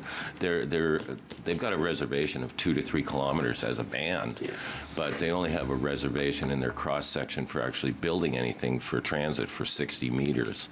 And so I'm wondering if, from you, just a question for you for your opinion, is that would it be prudent for the MTO, if they're doing this, they have this wide swath anyway, and they're only preserving 60 meters, would it be prudent for them to maybe reserve 90 meters, which would allow for a rail corridor while they're doing it? Because I don't know if we're ever going to get easements again on a highway that large. What would be your opinion on that? Through you, Mr. Chairman, I think it would be, looking into the future to preserve the flexibility. I think it's prudent, it's valuable, it's a wise decision to make now, because once you release the land, you'll never get it back. So, exactly. So if it's not for the rail, you could always use for other community purposes, Yeah, and that's actually what I'm sort of concerned about, because I've questioned them on it twice now, and they said, well, no, this is all we're doing. We're preserving the 60 meters. And I think it would be prudent, particularly that we would like to get freight off some of our rail lines. There may be an opportunity in the future to loop the freight around using that type of a corridor to free up lines going into Mississauga and Brampton as well. So I don't know how. I'd like to make that a recommendation that we, yes, Mr. Lebrecq. If I could just, thank you, Councillor Tovey, through the chair.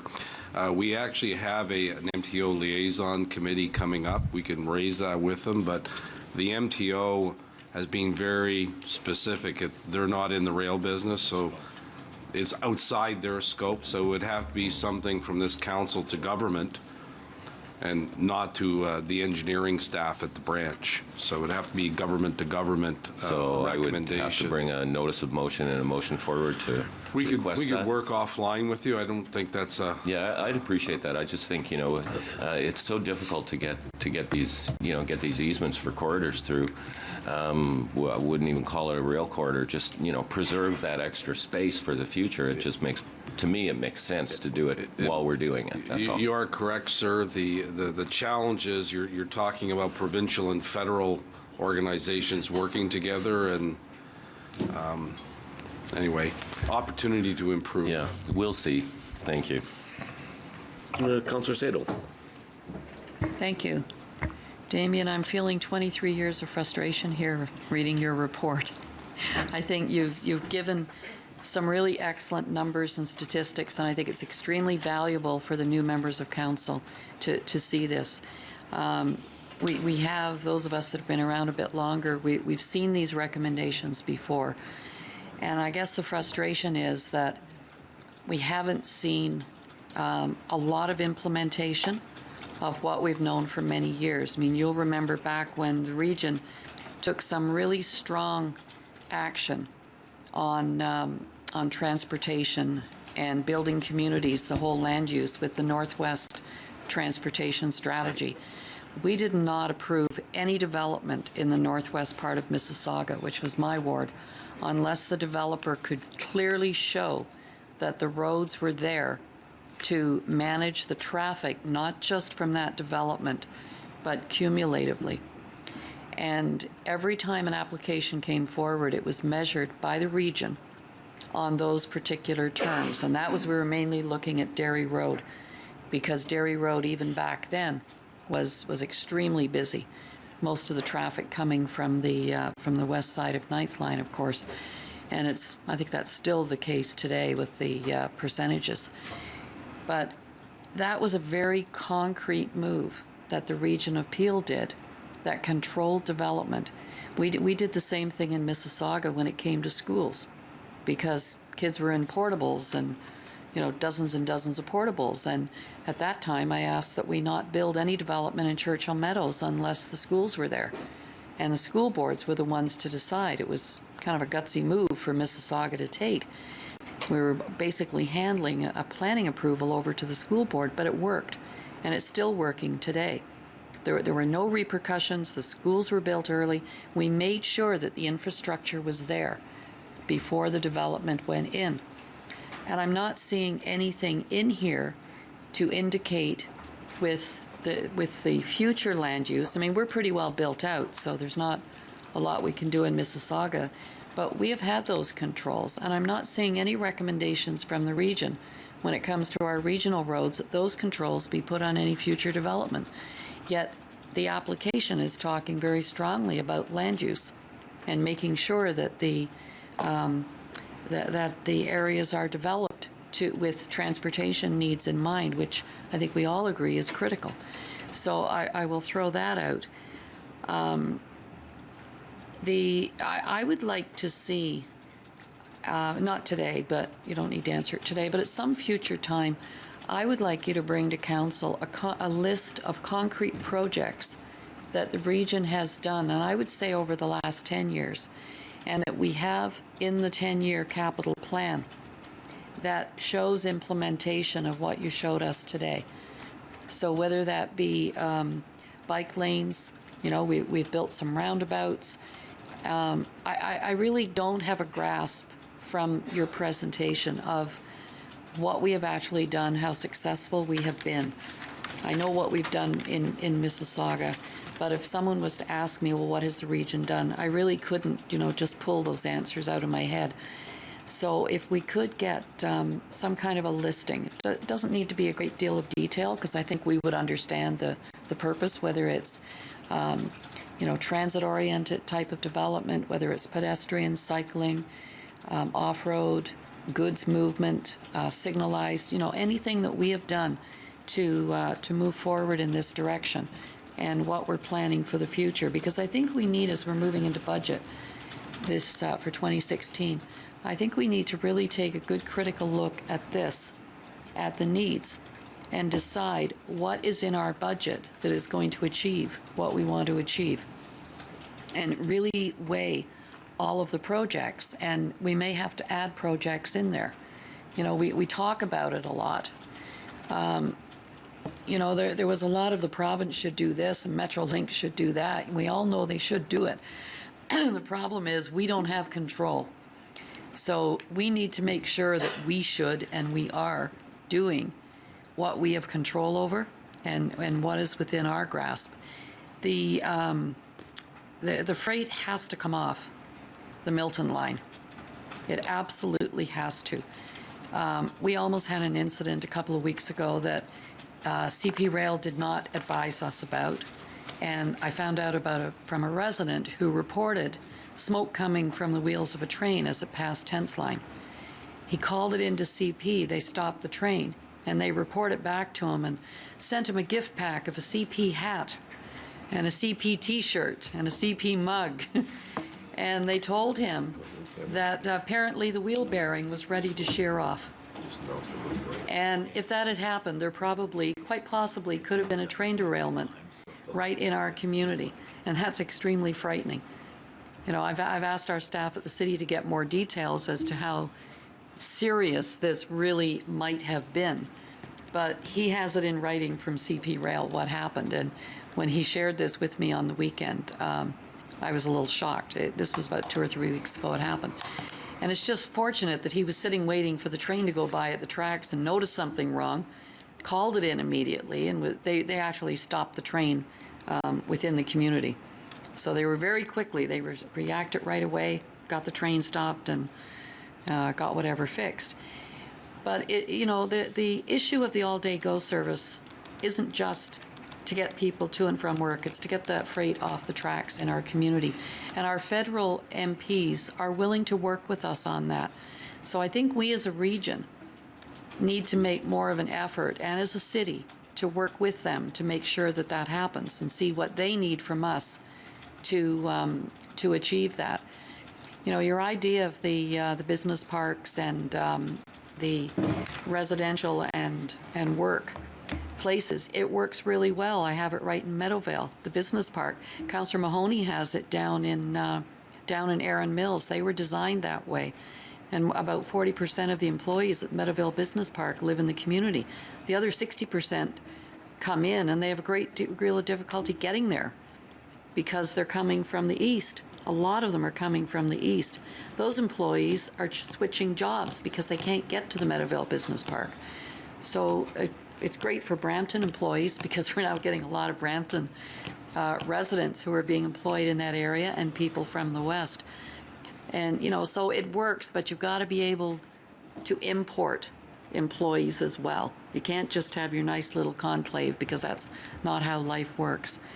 So I think the information is great for us to have.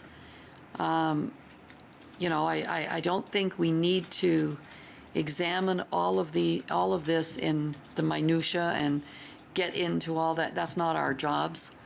That's your job, is to, you know, get into all of those details. But I think our job is to make sure that we are doing the right projects and that we have put the money aside on our regional roads and any of those regional responsibilities. So I think once we see the list and the projects, then, Mr. Chairman, I would suggest that future projects, that we have that as part of our budget deliberations, and we weigh all of those roads works on how it applies and what it's going to do to achieve what we've seen here today. So thank you. Okay, seeing no one else on the board, move receipt. Councillor Kovac, we're going to give you your first recognition. Seconded by Councillor Moore. All in favor? Councillor Starr, he's saying, what just happened? Councillor Starr, if I could just interrupt. I'm going to suggest that we move into camera with respect to a property matter that involves the Peel Regional Police. And at this point in time, because, okay, it's been moved by Councillor Sato, seconded by Councillor Tovey, that we move into camera. All in favor? Opposed, if any? So I would ask that anyone not pertaining to this matter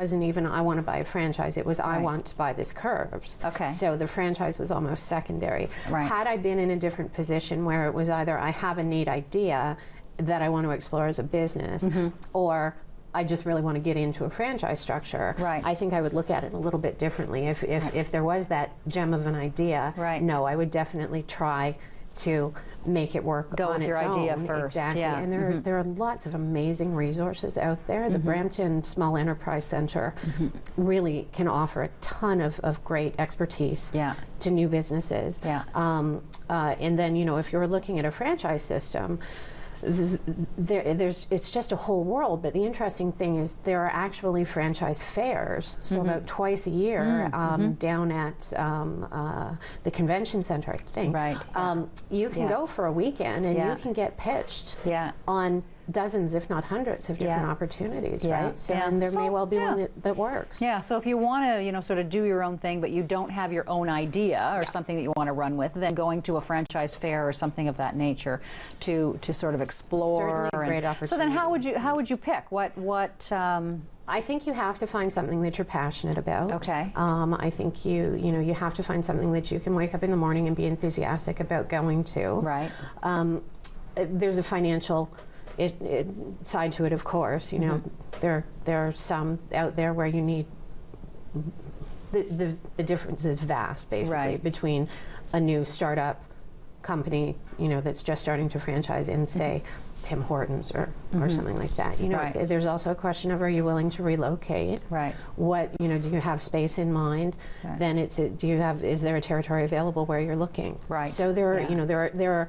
there are all Lots of sorts. questions and Exactly. lots of things to there are figure out. actually some really helpful resources in the For Dummies books and the idiots Yeah, guides and yeah. things like that. Yeah. Franchising for Dummies is a great place to start. Yeah. Because there are forms and there are questionnaires and things like that, as well as just an overview of the actual structure that you'll Sure. find. Yeah, and it also sounds to me, as you were talking about your experience, that you had this, sort of team. You had, an accountant, and so you didn't go through that process alone. You had, a lot of help. It sounds like from, I did, so coaches certainly. and mentors and that sort of thing. Coaches and mentors and family was obviously really important because this was going to be a huge change of life. Right. And then I was very fortunate to find an accountant that I could trust and who had been through the process before. And so knew. that helped to shorten a lot of the paths. Yeah, yeah. Imagine your girls were excited. So they were 7 when you bought No, they were they were 6 actually when I 6, bought. okay, Yeah, when you that's bought right. it, yeah, I had them yeah. older. They're 10 now. 10 now, So, right. they were 6 when I bought it, and they were thrilled because it meant I was at home were a home. lot more, Yeah, and that close, and so I could do things at the school that I couldn't before, and all Yeah. of those things. Yeah. Yeah, and that's they really exciting, like. yeah. They still to this day they really get a kick out of coming in and playing. Yeah. On the machine on the and machines things and like- on the equipment Exactly. and stuff. Yeah. Oh, that's great. Yeah. When we come back from break, I'm going to be asking Laura to talk about what's it like to be a boss and to have all women staff. So that's what we're going to explore when we come back from the break. Be sure to join us.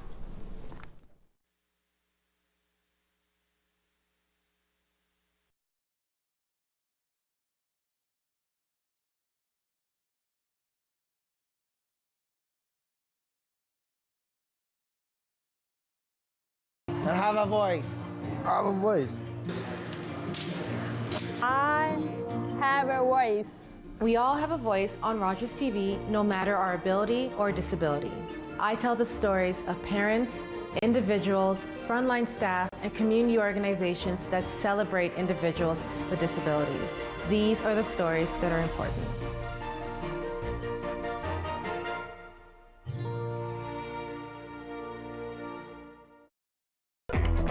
Every week, I'll be joined by these guys and we'll talk trends, politics, education, and much more. Watch Junior EC TV only on Rogers TV. I drive a 72 passenger 444 Bluebird. It's big, it's yellow. The responsibility's huge, huge. In theory, you can't have 72 children on there, 3 to a seat. You're responsible for that many lives every time you drive.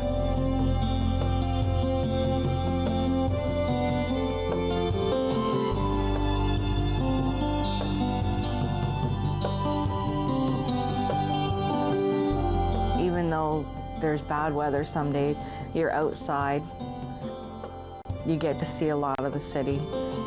You get to see a lot of what's going on.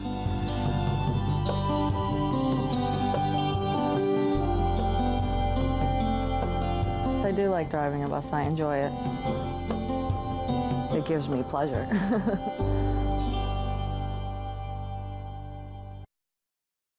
The opinions expressed in the following program are those of the participants and do not necessarily reflect those of Rogers or Rogers TV.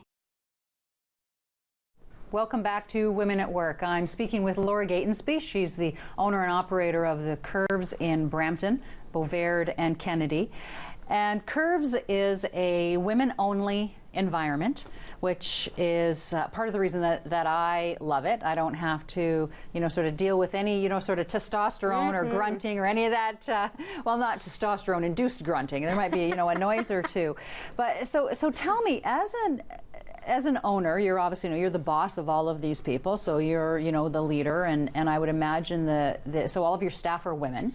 And so not only do your clientele and the members of your club come from all walks of life, I'm guessing that so do your staff. So talk to me a little bit about, what's your leadership journey been like? What's it like to lead all women? And, sort of what advice do you have for other women who want to be leaders? It's been an interesting journey. I can certainly say that. Although once again, my nonprofit background really helped because that sector is probably about 80% female. Oh, okay. So I had a lot of experience, and the hospital that I worked for focused on women. Right. So I had a lot of experience within the all-female arena to begin with. What I think was perhaps different here was the overlay of the vast multiculturalism that is Brampton. So we have people from all walks of life and all cultures, coming together for this experience, which is super. And that really has been very similar with the staff as well. So I have people from different cultures, some with more technical backgrounds in terms of personal trainers and so on. Some with just a real enthusiasm. I've pulled staff from my membership at the right time. Mostly it's about finding the right personality. Right, okay. They are not only there to teach technically, they're there to support, they're there to create the sense of community and the enthusiasm, and they're there to be the people who phone you if we don't see you for a week because we want you back. Yeah, right, yeah. So, there's a sales piece to it on top of that. So really finding that mix is not the easiest thing, and I try to retain good staff when I get them. But at the same time, I think my role is partially that of mentor. So I had one staff, in a situation where she had graduated with a teaching degree, wasn't finding jobs available in the teaching field, so I had her manage my second location, which worked super for me. But there just came a point where we knew that wasn't going to be enough. So I said, look at the nonprofit sector. You would be perfect for it. You have the right background. You have the the EQ as well as the IQ, and I'm going to write your resume for you. And so eventually we transitioned her into a very good job at a nonprofit. And this is someone that I know that I will be able to count on or to interact with for life. And I felt great about being able to help her to move her career forward and to get that opportunity. I had some great mentors along the way, and I love the ability to be able to give back. So. Yeah. So I wrote a book a short while ago called The Ruby Report, and it's about how can organizations get more women into the senior leadership ranks. And one of the main things that came out of my research when I was writing the book is that having great mentors and people who are really willing to be in your corner and really, sponsor you is the sort of the corporate lingo, but to somebody who to really, fight for you and to get those opportunities is absolutely critical to success as women in leadership. Now, I wouldn't have guessed that I would have found that in a gym, but obviously I'm wrong based on what you're saying. I don't know that within the micro environment that really happens, but certainly within within what I look at as the macro environment being my greater responsibility to help my staff. So if I'm going to lose them, I want to make sure that the right person gets them. And again, for me at least, it's the giving back, right? But to support the next generation is very, very, very important Yeah. to me. Yeah. And so while, yes, I don't know that it happens all that frequently, I think given that I came from the corporate background, that's just something that I wouldn't move away from. Right. You know, I'm still, last week I did a reference call for a young woman that I mentored 10 years ago at the Right. hospital. Yeah. And felt amazing to be able to still have any kind of an impact. Yeah. So yeah. So what, you know, in impacting the younger generation and helping them, you know, sort of move up, what would you say are the most important, you know, leadership qualities, or what advice would you give to them if they're looking to pursue a leadership career in any industry, you know, sort of, you know, broad strokes? What makes a great leader? Professionalism. Professionalism. Absolutely, and I mean that should be a given, but unfortunately I think we see a lot of changes within the structure of education and of society and so on. And as we Yeah. go more to a digital society, I think we lose a lot of the manners and the things that used to just be expected. So making sure that they understand that, you know, that talking in an interview situation is different than talking in a day-to-day situation, Right. something like that. So at one point I role-played interviews with different people. Right. The difference between using email as a personal communication tool Right. and as a business communication Yeah. tool. There were different times at the hospital where I actually did seminars on email etiquette, Right. just because it it was was needed. new and different and Yeah. dangerous, Yeah. right? Yeah. So there's that piece. I think there's also the piece that is just not allowing yourself to get sucked in by politics. Okay. You know, the environment that I came from with all of the mergers and demergers got to be very political.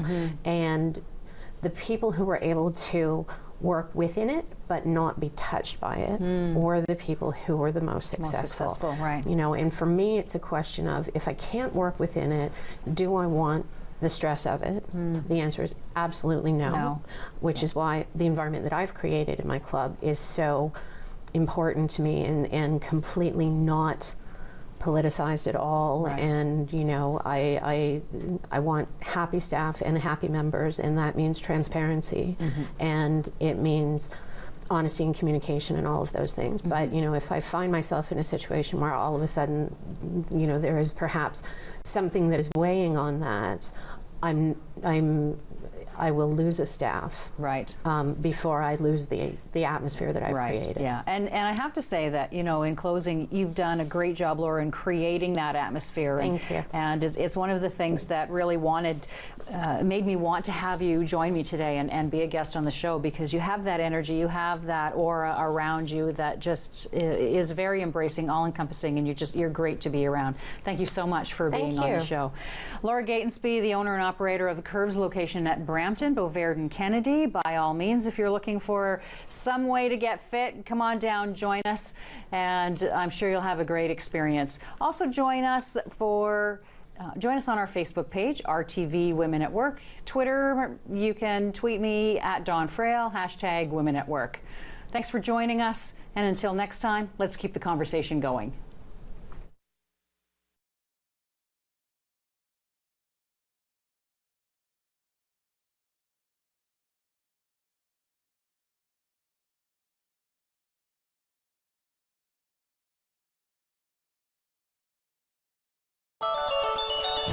Call the Rogers TV viewer response line, email us, or connect with us on social media.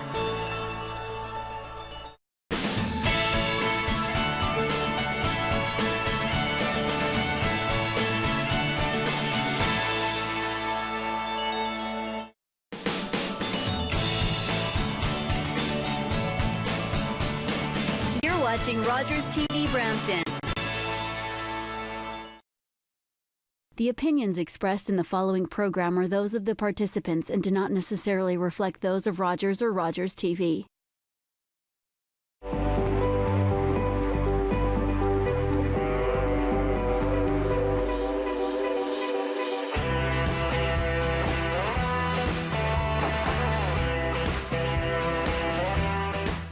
Well, Welcome to our special series, I Care, I Volunteer on Rogers TV. I'm your host, Alima Hotaki, and today we'll be talking about the benefits of volunteering, as well as the importance of recognizing those that help others. Joining me now are Karen Strong, the Executive Director, and Sharon Clark-Kufis, the Marketing, Communications and Membership Manager of Volunteer MBC. Welcome to the show. So can you tell us a little bit about Volunteer MBC? What is the organization about? Okay, well, we're the local volunteer center. We're serving the cities of Mississauga and Brampton and the town of Caledon. Our core service is a referral matching service for volunteer placement within the community. We also work with over 180 community service organizations to help them find volunteers for their organizations. And we also help them with some training as well to assist them with the volunteer engagement process at their organizations. And what are some of the core services that your organization provides? So I think our referral service, the online one, and where people from any age can go online and find opportunities based on their interests and skill sets, and that they feel like they can make a contribution. But also we have an in-house referral team at all three of our locations. We have locations in Brampton, Mississauga, and Caledon, where they can come in if they don't feel comfortable going online and looking for a volunteer opportunity. They can definitely come to our offices, and the referral specialists will help them to sort of, based on their skill sets or based on their interests, we'll find them an opportunity at one of our 185 plus member organizations across the region of Peel that have volunteer opportunities that match that interest. And what do you find is so different from Volunteer MBC, for example, compared to other? Why, for example, let's say I'm interested in getting involved in volunteering, or I have a daughter or a friend. Why should they come to Volunteer MBC instead of, for example, just contact the organization directly and say, hey, I'd like to volunteer for you? So I think we're basically the one-stop shop. So anybody that is looking to volunteer can come to us, and we can direct them to the organization. So we're basically taking away that search component of not really knowing whether they would be a good fit with one organization or another. We can do that for them, and that's why it makes so much sense to just have to. Everybody is very constrained when it comes to time, and being able to just look at one location where they can find their ideal volunteer opportunity. And sometimes, it's not the very first time that it is the ideal opportunity, but that's the beauty. There's 185 organizations that we work with, from everything, right from sports organizations to social service organizations. So there really is something for everybody and for all ages as well. Well, I noticed that when I visited your website that you almost have something that caters to every group out there. So you have something for newcomers, you have something directed at teenagers, at youth, even post-secondary students. And does that often make it easier for when somebody comes in and they're a newcomer? How do you kind of guide them through the process? Yeah. Well, definitely newcomers is the larger population that we serve, as well as youth. Because of the community that we live in. So really, we try to work with our member agencies as well to help them even develop different volunteer roles that either newcomers or youth can be involved in.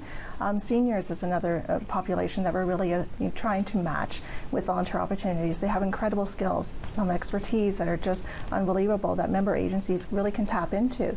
So, really that referral system is what we do best, and really help the individuals find the right match, but also our community service agencies helping them to get the right people they need to deliver their programs and services. And what are, for example, some of the benefits, like for a newcomer, somebody who's new to the country? How do they, for example, benefit from volunteering? That might be obviously a lot different from somebody who's a senior, who's almost probably retired, doesn't have to worry about finances. How do their experiences, for example, differ? Yeah, I think for newcomers especially, volunteering is really an excellent roadmap for them to create that Canadian experience on their resumes, because that's absolutely key. They are met with closed doors so often when they go into looking for job opportunities. Also, I think for individuals, even youth, when they are newcomers, it's a great way to network and through volunteering and to create those social circles in their new home, basically, and to get familiar with customs. And often we even get newcomers where volunteering is not really something that's formalized in their country of origin, but when they come here, they find out it's far more structured, and there are various services available. And really, when they meet, for those individuals, I really encourage them to come and see us so that we can find a good match for them. Because I think with newcomers especially, we often get this, you mentioned financing is being able to put bread on the table for their families is huge.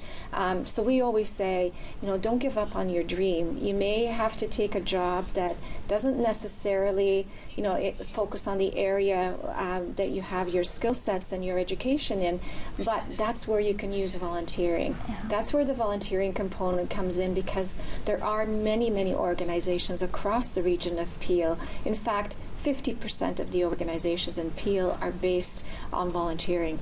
On volunteers, and if it wasn't for the volunteers helping them, they would have to close their doors. So for newcomers or any volunteer to be able to realize the importance that they play, the roles that they play, is absolutely significant and huge for the community at the end of the day. And in terms of, you've probably worked with a lot of newcomers, what is the success rate like? Does it often lead to a job when you volunteer? For most of the ones that you've worked with, in your experience, do they come back and say, hey, thanks for... I think it's the networking, right? Yeah. The networking is absolutely huge. So, maybe it's not even directly going to lead to employment, but it's being able to create those networks and to expand their connections. That's what's going to lead to job opportunities. Yeah. And I guess economic benefits aside from, where volunteering might lead you. What about in terms of, I understand, like recognition? There's a lot of times where people help out in the community and they just, they go unnoticed, and people sometimes, you want to have that gratitude. Why? And I know recently your group, your organization is setting up a nomination program. Can you tell us a little bit about that and why recognition is so important? Yeah, for sure. Well, we do have our Volunteer Recognition Awards program, and it gives the opportunity for community service agencies to nominate exemplary volunteers in their organizations. We have 9 different categories based on leadership, based on maybe perhaps a board of director who's doing exemplary things in their role. Newcomers definitely is a category. Youth is a huge component, so leaders of tomorrow. So for youth in high school, post-secondary, college, university. So we really feel, and that's one of our advocacy, is really to recognize volunteers and their efforts. Because really, as Karine mentioned, without some of the volunteers who are helping out with these organizations, they would have to close their doors. They run solely on volunteers. So our nomination process launches in January of every year, and we typically will go through the nomination process for a few months, and then the recipients are reviewed by a judging committee, and then the awards are recognized during National Volunteer Week that typically happens in April. So we encourage community agencies to put in their nominations. So for those people right now who know somebody out there who they would like to nominate, can you just tell us what the website is of your organization and how they could get involved in that? Yeah, so they would go to our website, which is www.volunteermbc.org, and the nomination process is all online, and they'll be able to do the online forms there. And if you're a volunteer and you're with an agency and you really want to be recognized for your efforts, let the organization know to contact us, and we'll work with them. Well, thank you so much for all that information. We have to go to break now, but we'll be back with more.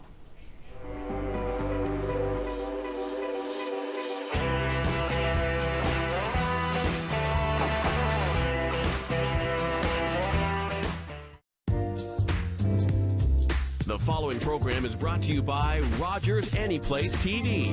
Enjoy exclusive content for free. Visit RogersAnyplaceTV.com. When your car sounds strange, you get worried. You want to know that you and your loved ones are safe. With my show, viewers get to call in and ask me questions about what's happening with their car. It's a dialogue I have with our caller that leaves me feeling like I've helped someone today. Watch Auto Time on Rogers TV. The opinions expressed in the following program are those of the participants and do not necessarily reflect those of Rogers or Rogers TV.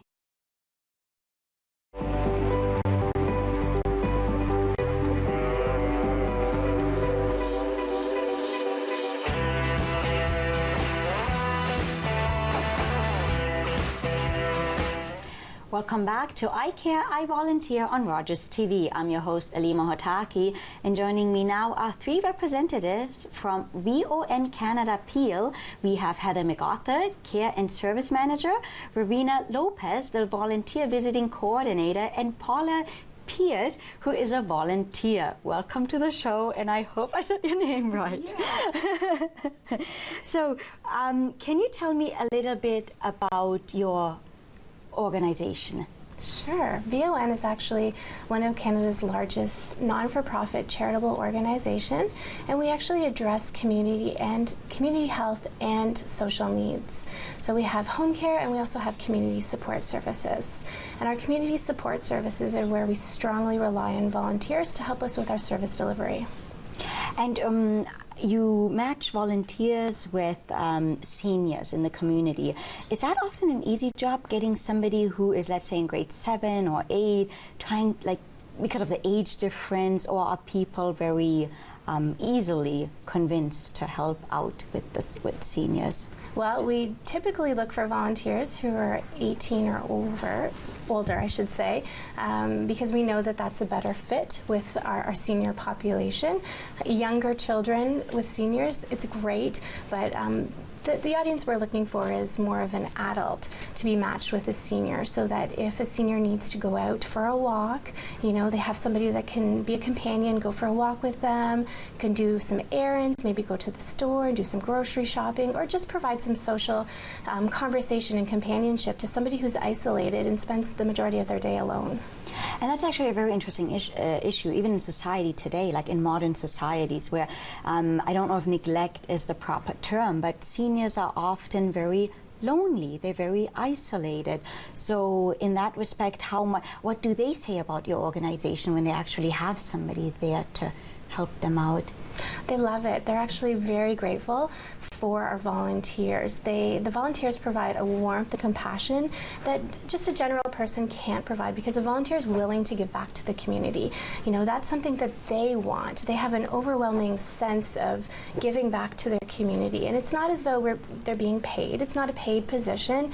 You know, it's their free time, and they've made those choices to go to the community and help out others. So clients love the volunteers that they're matched with, because, you know, they appreciate the fact that the volunteer is taking time away from their busy lives to spend time with them. And for example, the two of you, how did you get involved in volunteering, and specifically, why did you choose to help out seniors? Okay, so for myself, at where I was working, there was I was taking inbound calls at a contact center, and the elderly people that I spoke to always seemed to want to spend a little more time on the phone, and so I thought, you know what, I think that they really have, there's a need here, and that's why I sought out the VON to try and help with seniors. And has it been a worthwhile experience for you, like life-changing? Absolutely. I've been now volunteering for over 7 years, and I love the feeling of giving back to my client, and just to see a smile. Sometimes it's few and far between, but to see her smile or tell me that she really likes something that I've done for her, it really hits me, you know, really in the heart. I can just imagine. And what type of roles does your volunteer organization offer for somebody who is interested in getting involved? Currently in our organization, we have several different opportunities. In the Peel region, we typically have volunteer visiting, where again, it's that companionship, it's that visit at home with that senior, that one-on-one time. We also have a congregate dining program where we rely on volunteers to assist us with offering a nutritious meal to a senior in a social environment. And also we have the SMART program, which is seniors maintaining active roles together. And a volunteer will go and do a one-on-one session with a client in their home to encourage and motivate them to do their exercise program to prevent falls. And for example, what benefits do you gain from volunteering? Well, our volunteers, like Heather and our volunteer had mentioned, not only is it giving back to the community, but the fulfillment of helping that client and knowing that you're giving your time and it's not a paid position. They're, truly, their heart is in it. For the volunteers themselves, we try to provide educational sessions. They learn communication skills and skills if they're acquiring new jobs. They get the networking through meeting other volunteers. So, there's many benefits where that came from. You want? Okay, forget it. Put it on. It doesn't matter. Continue. It doesn't matter. No, just keep going. I'm going to just keep going. I always get very excited about these things, and I push my button too soon. Couldn't you stop me, Ron? You're just sitting there with your little hands folded and watching me. Well, I was so enthralled by the... Anyway, Clarkson Airshed, Malton Airshed will be studied by an engineering professor, not some fuzzy professor, but an engineering professor from the University of Toronto. And the report will come to us, and I will bring that report here. Meantime, I'd like to see what the other sites were that were not favored for the waste burning plant. And I'm sorry I interrupted. Well, thank you for that epistle. Councillor Ross. Thank you, Mr. Chair, and I don't think anybody can meet you on passion. So. Sorry. That's okay.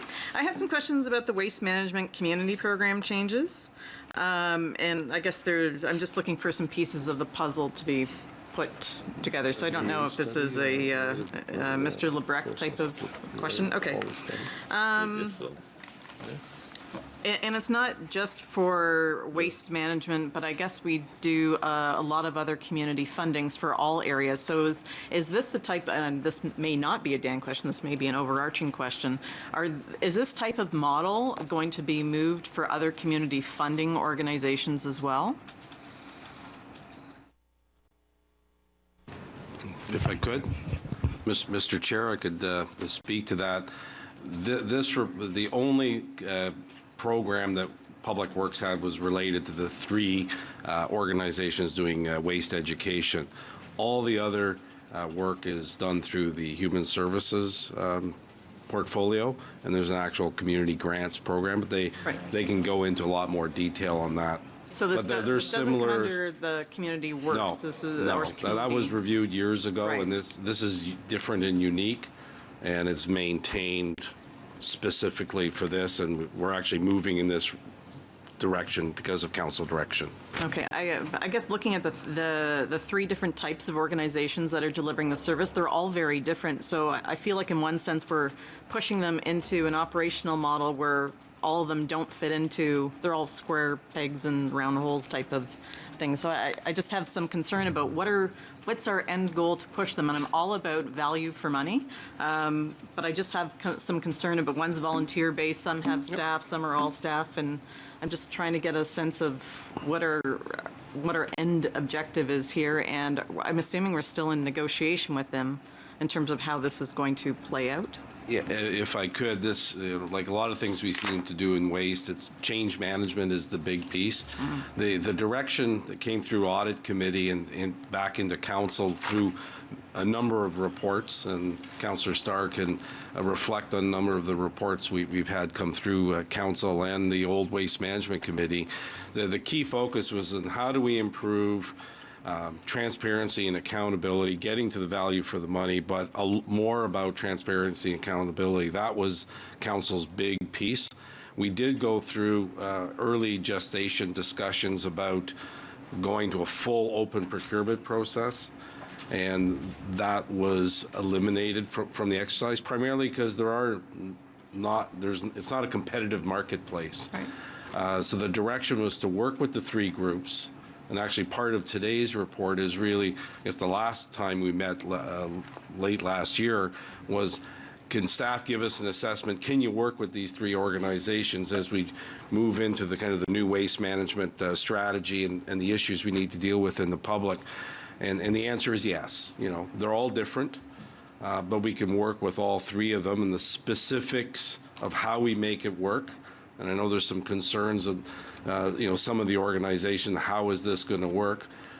But the goal is to make it work, and if we can't, then obviously we'll be bringing it back to deal with it. So we've already had some preliminary conversations with all of them. Welcome back to I Care, I Volunteer on Rogers TV. I'm your host, Alima Hotaki, and joining me now are Karen Strong, who is the Executive Director at Volunteer MBC, and also joining me is Lily Ostos, Youth Engagement Coordinator at the Ontario Volunteer Centre Network. Welcome, Corinne, and welcome, Lily. Thank you. So let's start off with, can you tell us a little bit about the volunteer centres and their role in our community? Sure. So there are 24 volunteer centres across Ontario. We happen to be the volunteer centre that serves the region of Peel. We all belong to a network that's called the OVCN, the Ontario Volunteer Centre Network, and we pretty much provide very similar services across across Ontario. I think, you know, for some of the more remote areas, their services can include information centres. Some of the volunteer centres are connected to United Ways, but pretty much we all offer very similar services in that the key is the referral service and the matching service to member organizations. And how can people connect to these centres, the easiest way? I think maybe Lily, you can answer that, but going to the website is probably the easiest. Yeah, so you can go to the website. Some volunteer centers actually offer an in-person consultation as well. So if you want to walk in to a volunteer center to get more information, they can actually sit down with you and kind of go through the process with you to find out what it is you're looking for exactly. But primarily, I think it is online that you can connect. And when you sit down with a potential volunteer, can you just guide us through that process? How does that work? Does somebody say, I'm interested in this, or you look at their skills and then you try to place them somewhere? How do you often match the individual with a specific organization? So I think it very much, if people have gone through a job interview, it's very, very similar. So really it's about bringing your resume potentially, or the skill sets that you have to offer, putting those on the table and just discussing what it is that you would be interested in doing. And when I say, they bring their make it work. Okay, I just want to understand the context, so thank you very much. And moving on to Councillor Carlson. Thanks very much, Mr. Chair. Most of the questions have been answered. I'm just concerned that this group has a hard time, or these groups have a hard time planning for multi-year, and I hope that Council, which gave a strong message last year, that we want to keep working with them, that message is getting through to our staff, and that we are looking for success here, particularly in the area of core funding, where they're really the only supplier, so we can't say we want your product, but we're not going to support the head office when we're the only customer. So that particular model wouldn't work. So they're not selling product to 10 different municipalities. So we need to bear that in mind as we go forward. Great reflection on the groups. They're doing a wonderful job. I for one, don't want to bring this in the house. I work very closely with, in my case, EcoSource.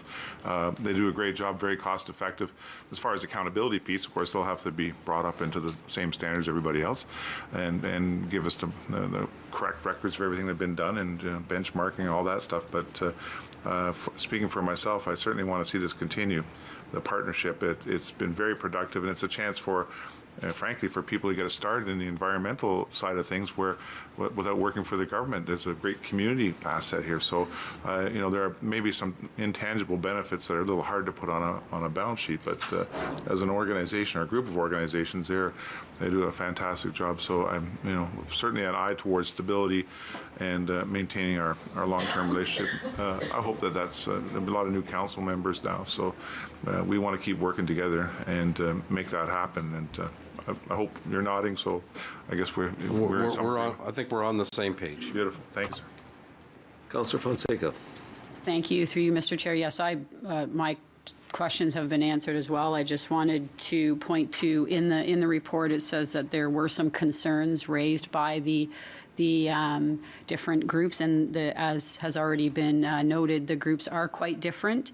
And there have been ongoing meetings with the groups to address this move to this type of a service model with staff? If I could, through you, Mr. Chairman, the simple answer is yes. Ongoing conversations, and if we can get your concurrence today to take it to the next level, then I think the devil's in the details, and until you have details as far as the wording, then there's speculation, and speculation causes concern. So we want to blow that smoke out of the room, get down to how we're going to make this work, and then we'll bring that back.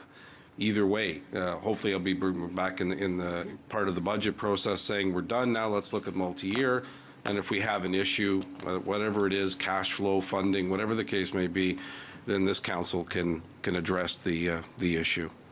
Okay, and I agree that we need to make sure value for money and accountability is extremely important, and I think moving towards whatever type of, if it's a hybrid type of a model, we will actually see some of the value for money that we are getting in some of, as Councillor Carlson has said, and Councillor Ross, some of the intangibles that core support that these organizations, that core support of funding that these organizations have. There's a certain amount of flexibility that they have in that, where the added value I don't think we necessarily are seeing right now. And we can't lose sight of that in however we move forward with that certain type of a model, because they do, the value that they add within the community is, I think it's 100-fold in how they're able to, they do need to be able to report in a way that's accountable. We need to see that added value.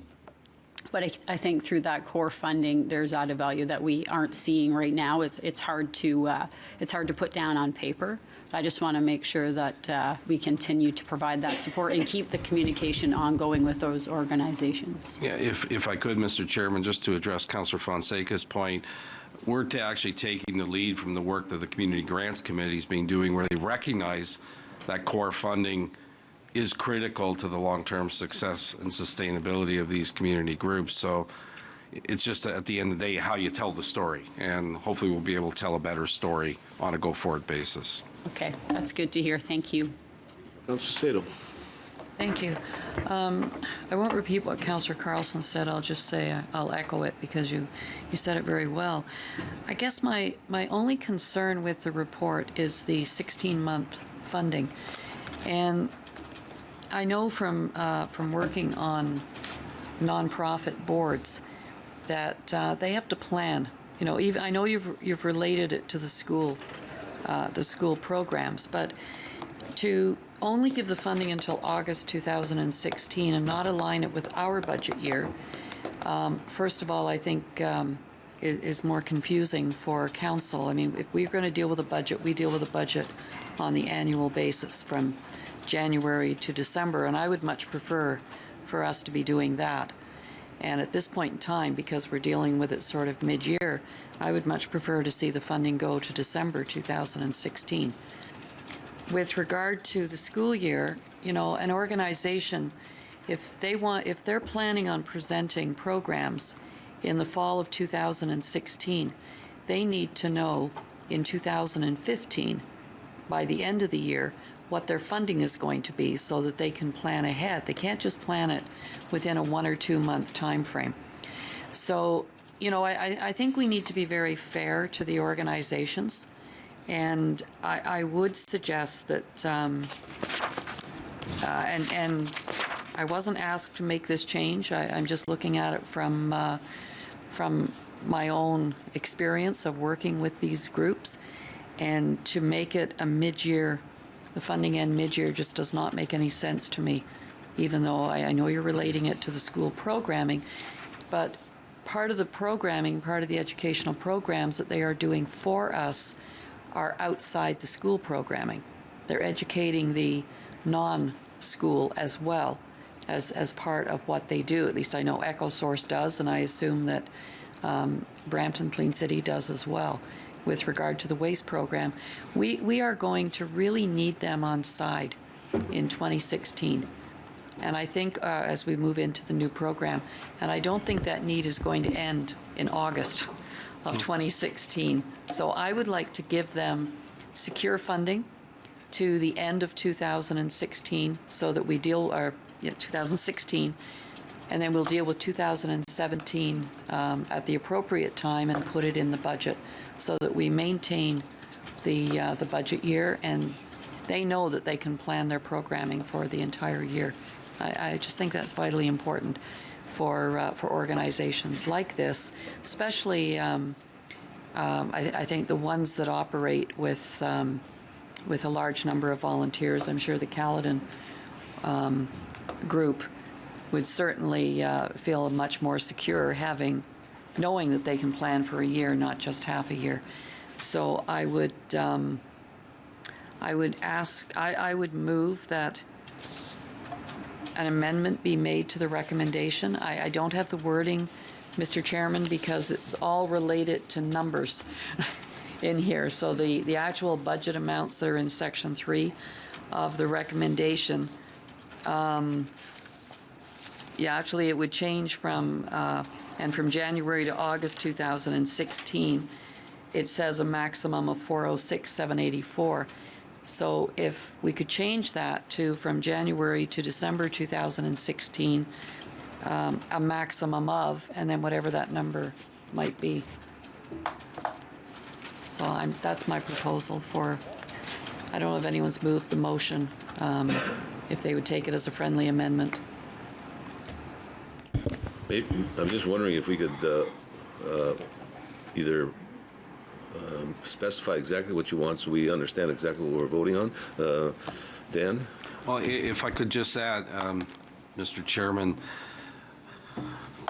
I think we're on side. Within the proposal that we're going to make is options for ongoing. So the normal purchase of service agreements have those kind of subject to good performance. You'll just keep going. It didn't show here. Really what we're talking about is a contract term versus a budget term. And we have lots of contracts that end mid-year.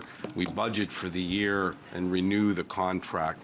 So this was to give them, as a first step, understanding that you've got guaranteed funding. If we want to kind of give us direction to kind of put that in. I'd like the guarantee for them to go to the end of 2016.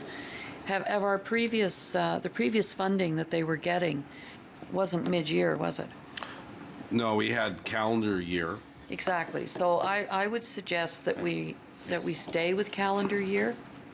And I understand where you're coming from with the budget and the contract, but you know, these are community organizations. They're not a business that we are buying, you know, paving or something from, where we have a contract.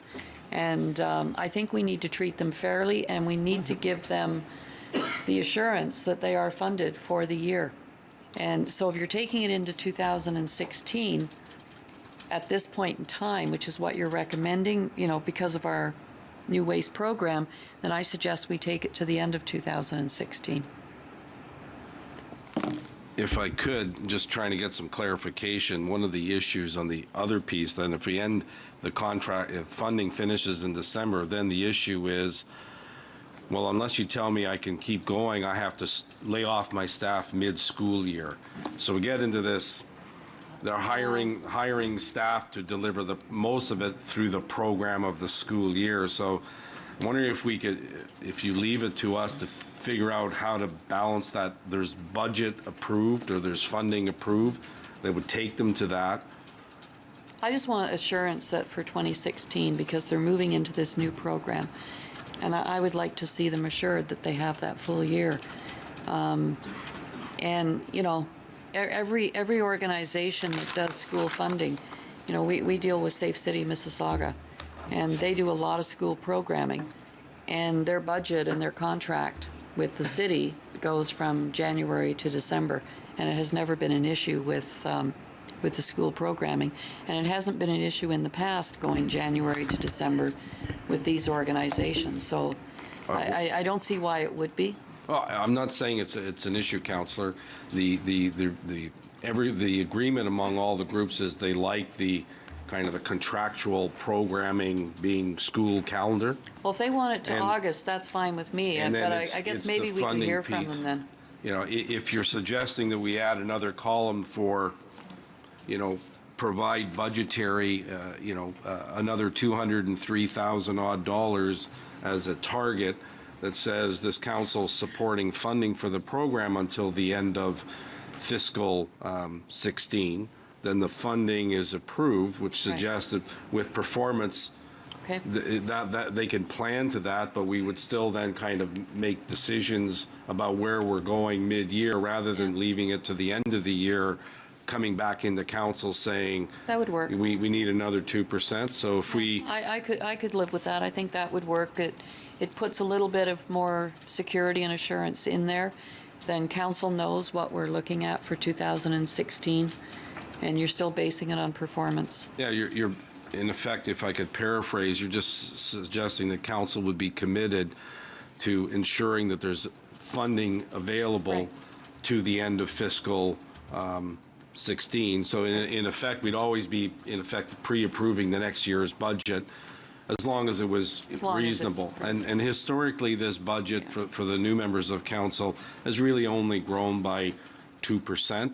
So one of the things we want to learn about in the next year is that sustainable, or are there other things that need to be done, especially with the new waste programs.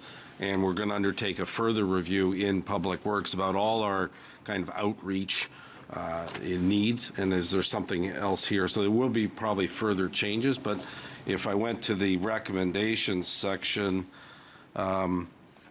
literally maybe just adding another clause suggesting that, and further that the council increase the commitment to this program by, it's literally half of the 406,784, call it rounded to 404, then at least staff from a budget planning and the agencies from a budget planning will know at least there is committed cash flow to the end of next year, but that still doesn't negate our ability to do all the reporting and coming back to council and you earlier can even on. say that based on measures being met. Can I just have David maybe comment? Mr. Chairman, maybe the simplest way to solve this is to change the recommendation to approve funding from January to December 2016 in an amount to be confirmed in the 2016 budget. Fine. It's fine. That's even better. Thank you. That's why they pay him the big bucks. That's fine. That's what I wanted.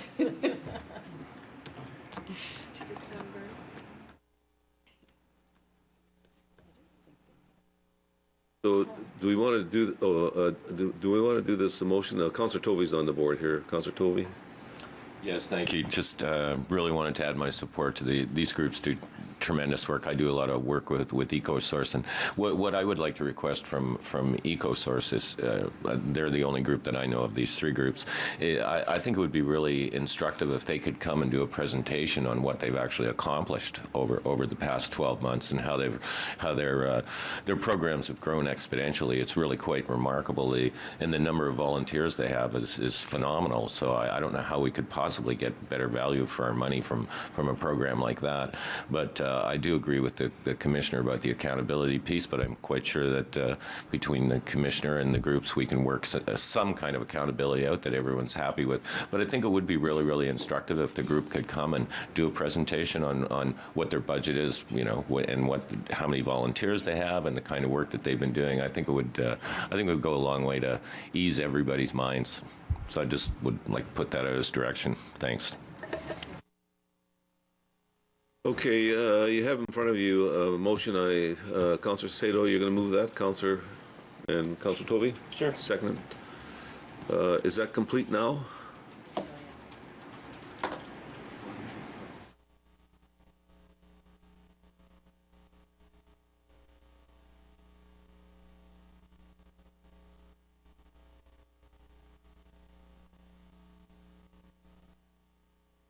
Okay, any further questions or comments? You have the motion in front of you. All in favor? Carried. Okay, we're going to move right down to correspondence. Let me just get caught up. Communication. I think 7172 are very similar. Are there any comments, questions? No, moved by Councillor Tovey. No, I'm on 7-4, Okay. 7576. Okay, you're trying to catch me off guard again, eh? I am. I'm just testing. Okay, moved by Mayor Thompson, seconded by Councillor Parrish. All in favor of those two? 7-3, AMO. We need direction. Moved by Councillor Medeiros, seconded by Councillor Downey. All in favor? Carried. 7-4. With respect to the mobile sign service, receipt. Moved by Councillor Shaughnessy, seconded by Mayor Jeffrey. All in favor? Okay, I think there was a couple of others here. I have 7-6 and 7-5-7-7. Is there a 7-6? I don't have it. I just got if there are three additional, I only have two in front of me, which is 7-5. What is 7-6? 7-7. So we'll just move receipt? Yeah. Okay, we'll move receipt. And Councillor Parrish has a question. Yes. I've got questions on 7-5 and 7-6. 7-6 is from the OMB, or actually from the clerk commenting on the OMB. But on 7.5, we obviously note that Solmore has withdrawn from its challenge to ROPA 29. And the 7.6 attached to it says there are no outstanding appeals on this matter, so the file is closed. The hearing scheduled for Monday, May 25th, 2015 is canceled. I just want that confirmed, please.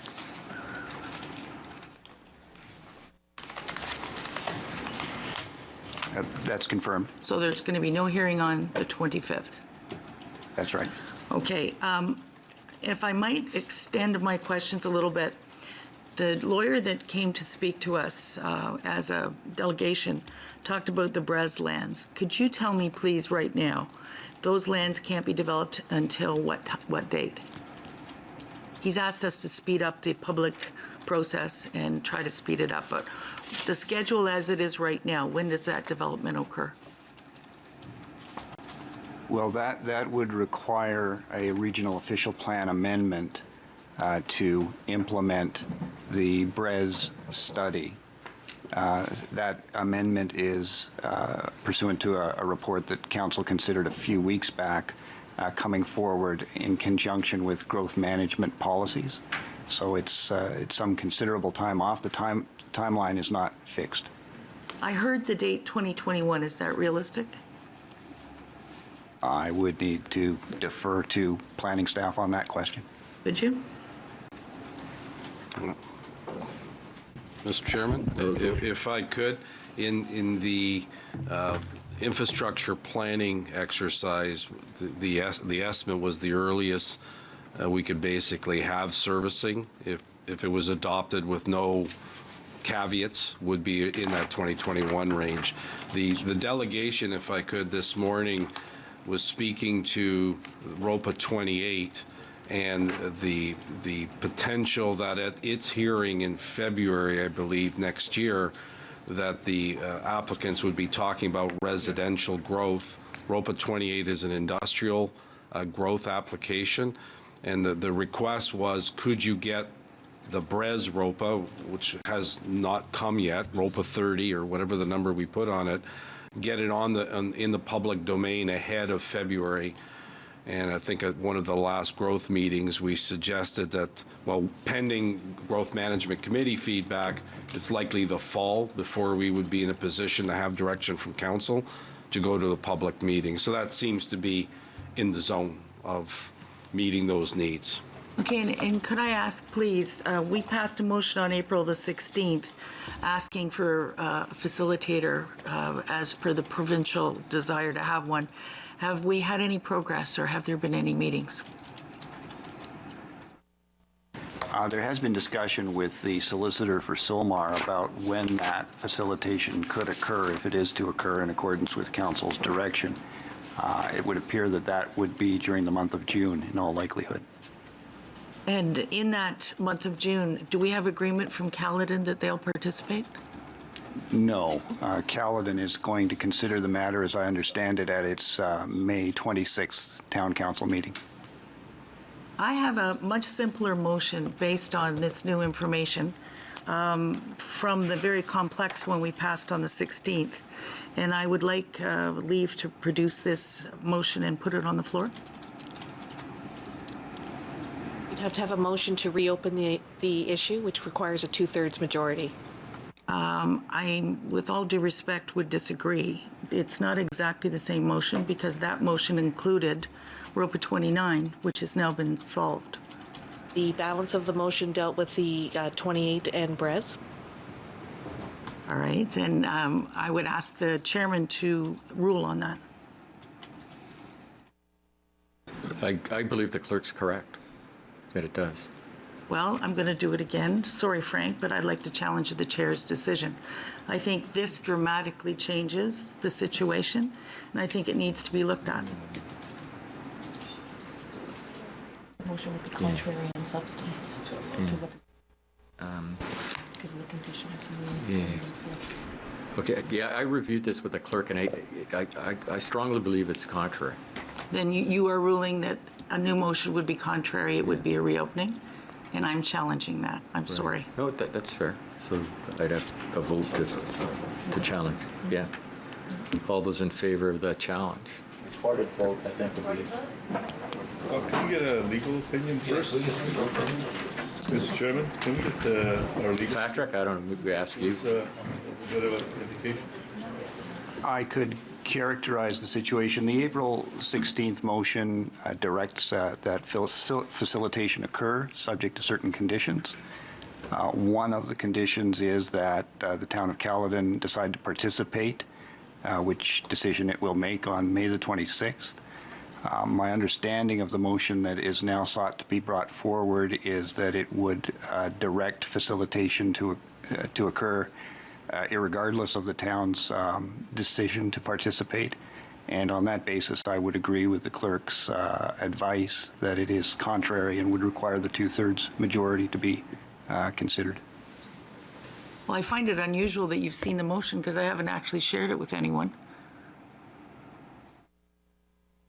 I'm describing my understanding of what the motion may be.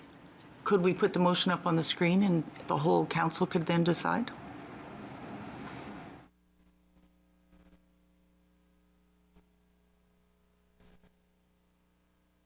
Only 50 plus 1. The issue that has to have a majority of 2/3 is whether the issue should be reopened at all or not. So the motion would be,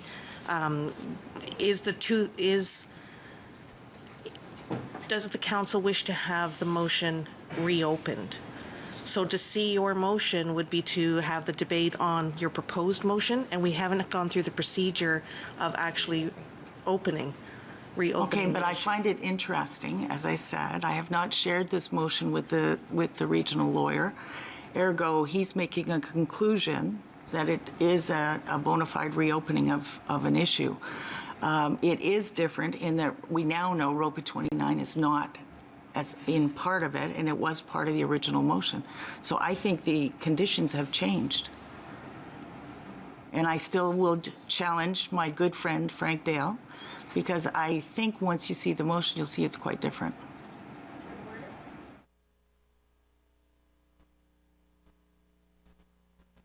Just a simple majority. Majority. Majority.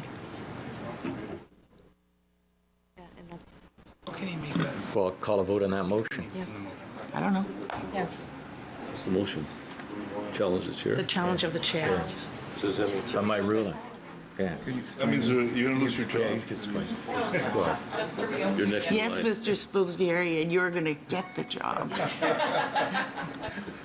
The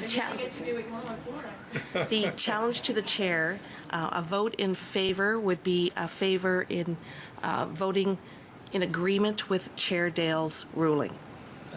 So if you were to vote positively, then you're in agreement with Chair Dale's ruling that the motion requires 2/3. Okay. So we're voting in favor of that. Correct. That's what this motion is for the challenge, for this recorded vote. So you're supporting the chair. Yes. Supporting the chair. Yes. Am I allowed to speak to this at all, or do we just go ahead? It's not debatable. Thank you. A vote support, yes, is vote yes.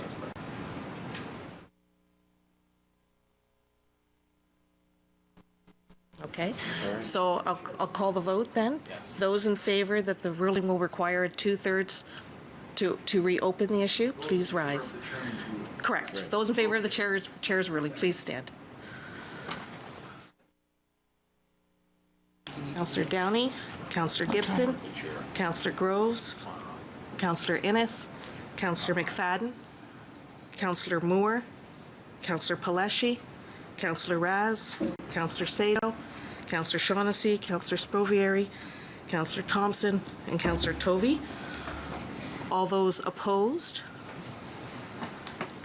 Councillor Carlson, Mayor Crombie, Councillor Fonseca, Councillor Ianica, Mayor Jeffrey, Councillor Kovac, Councillor Mahoney, Councillor Medeiros, Councillor Parrish, Councillor Starr. I will.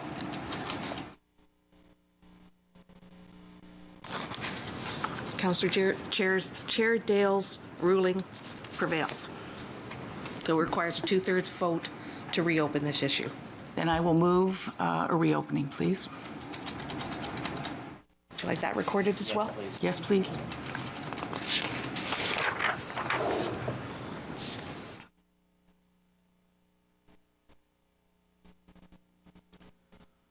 All those in favor of reopening resolution on April 16th,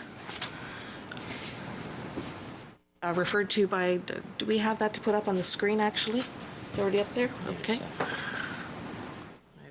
Councillor Parrish has moved that, and a seconder.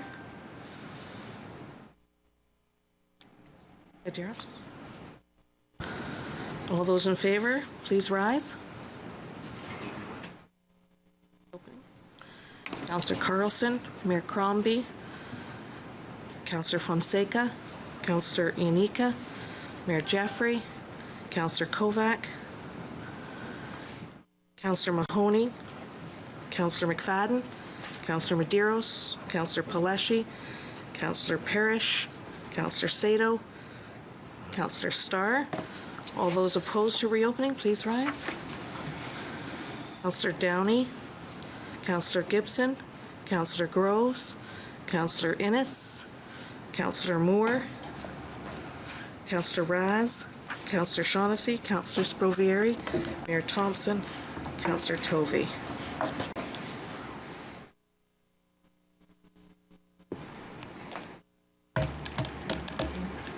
The issue is reopened. You got enough votes? Yep. Yep. Very soon. Oh, just a second. Thank you very much, Councillor Sprovieri.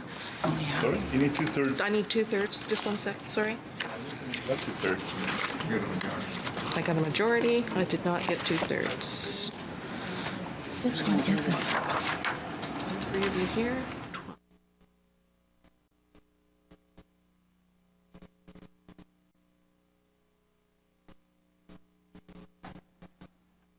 23 voting.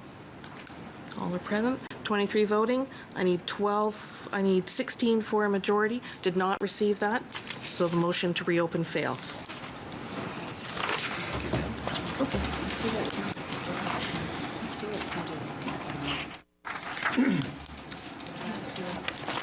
Back to you, Ron. We're back to Councillor Starr receiving the correspondence. Okay.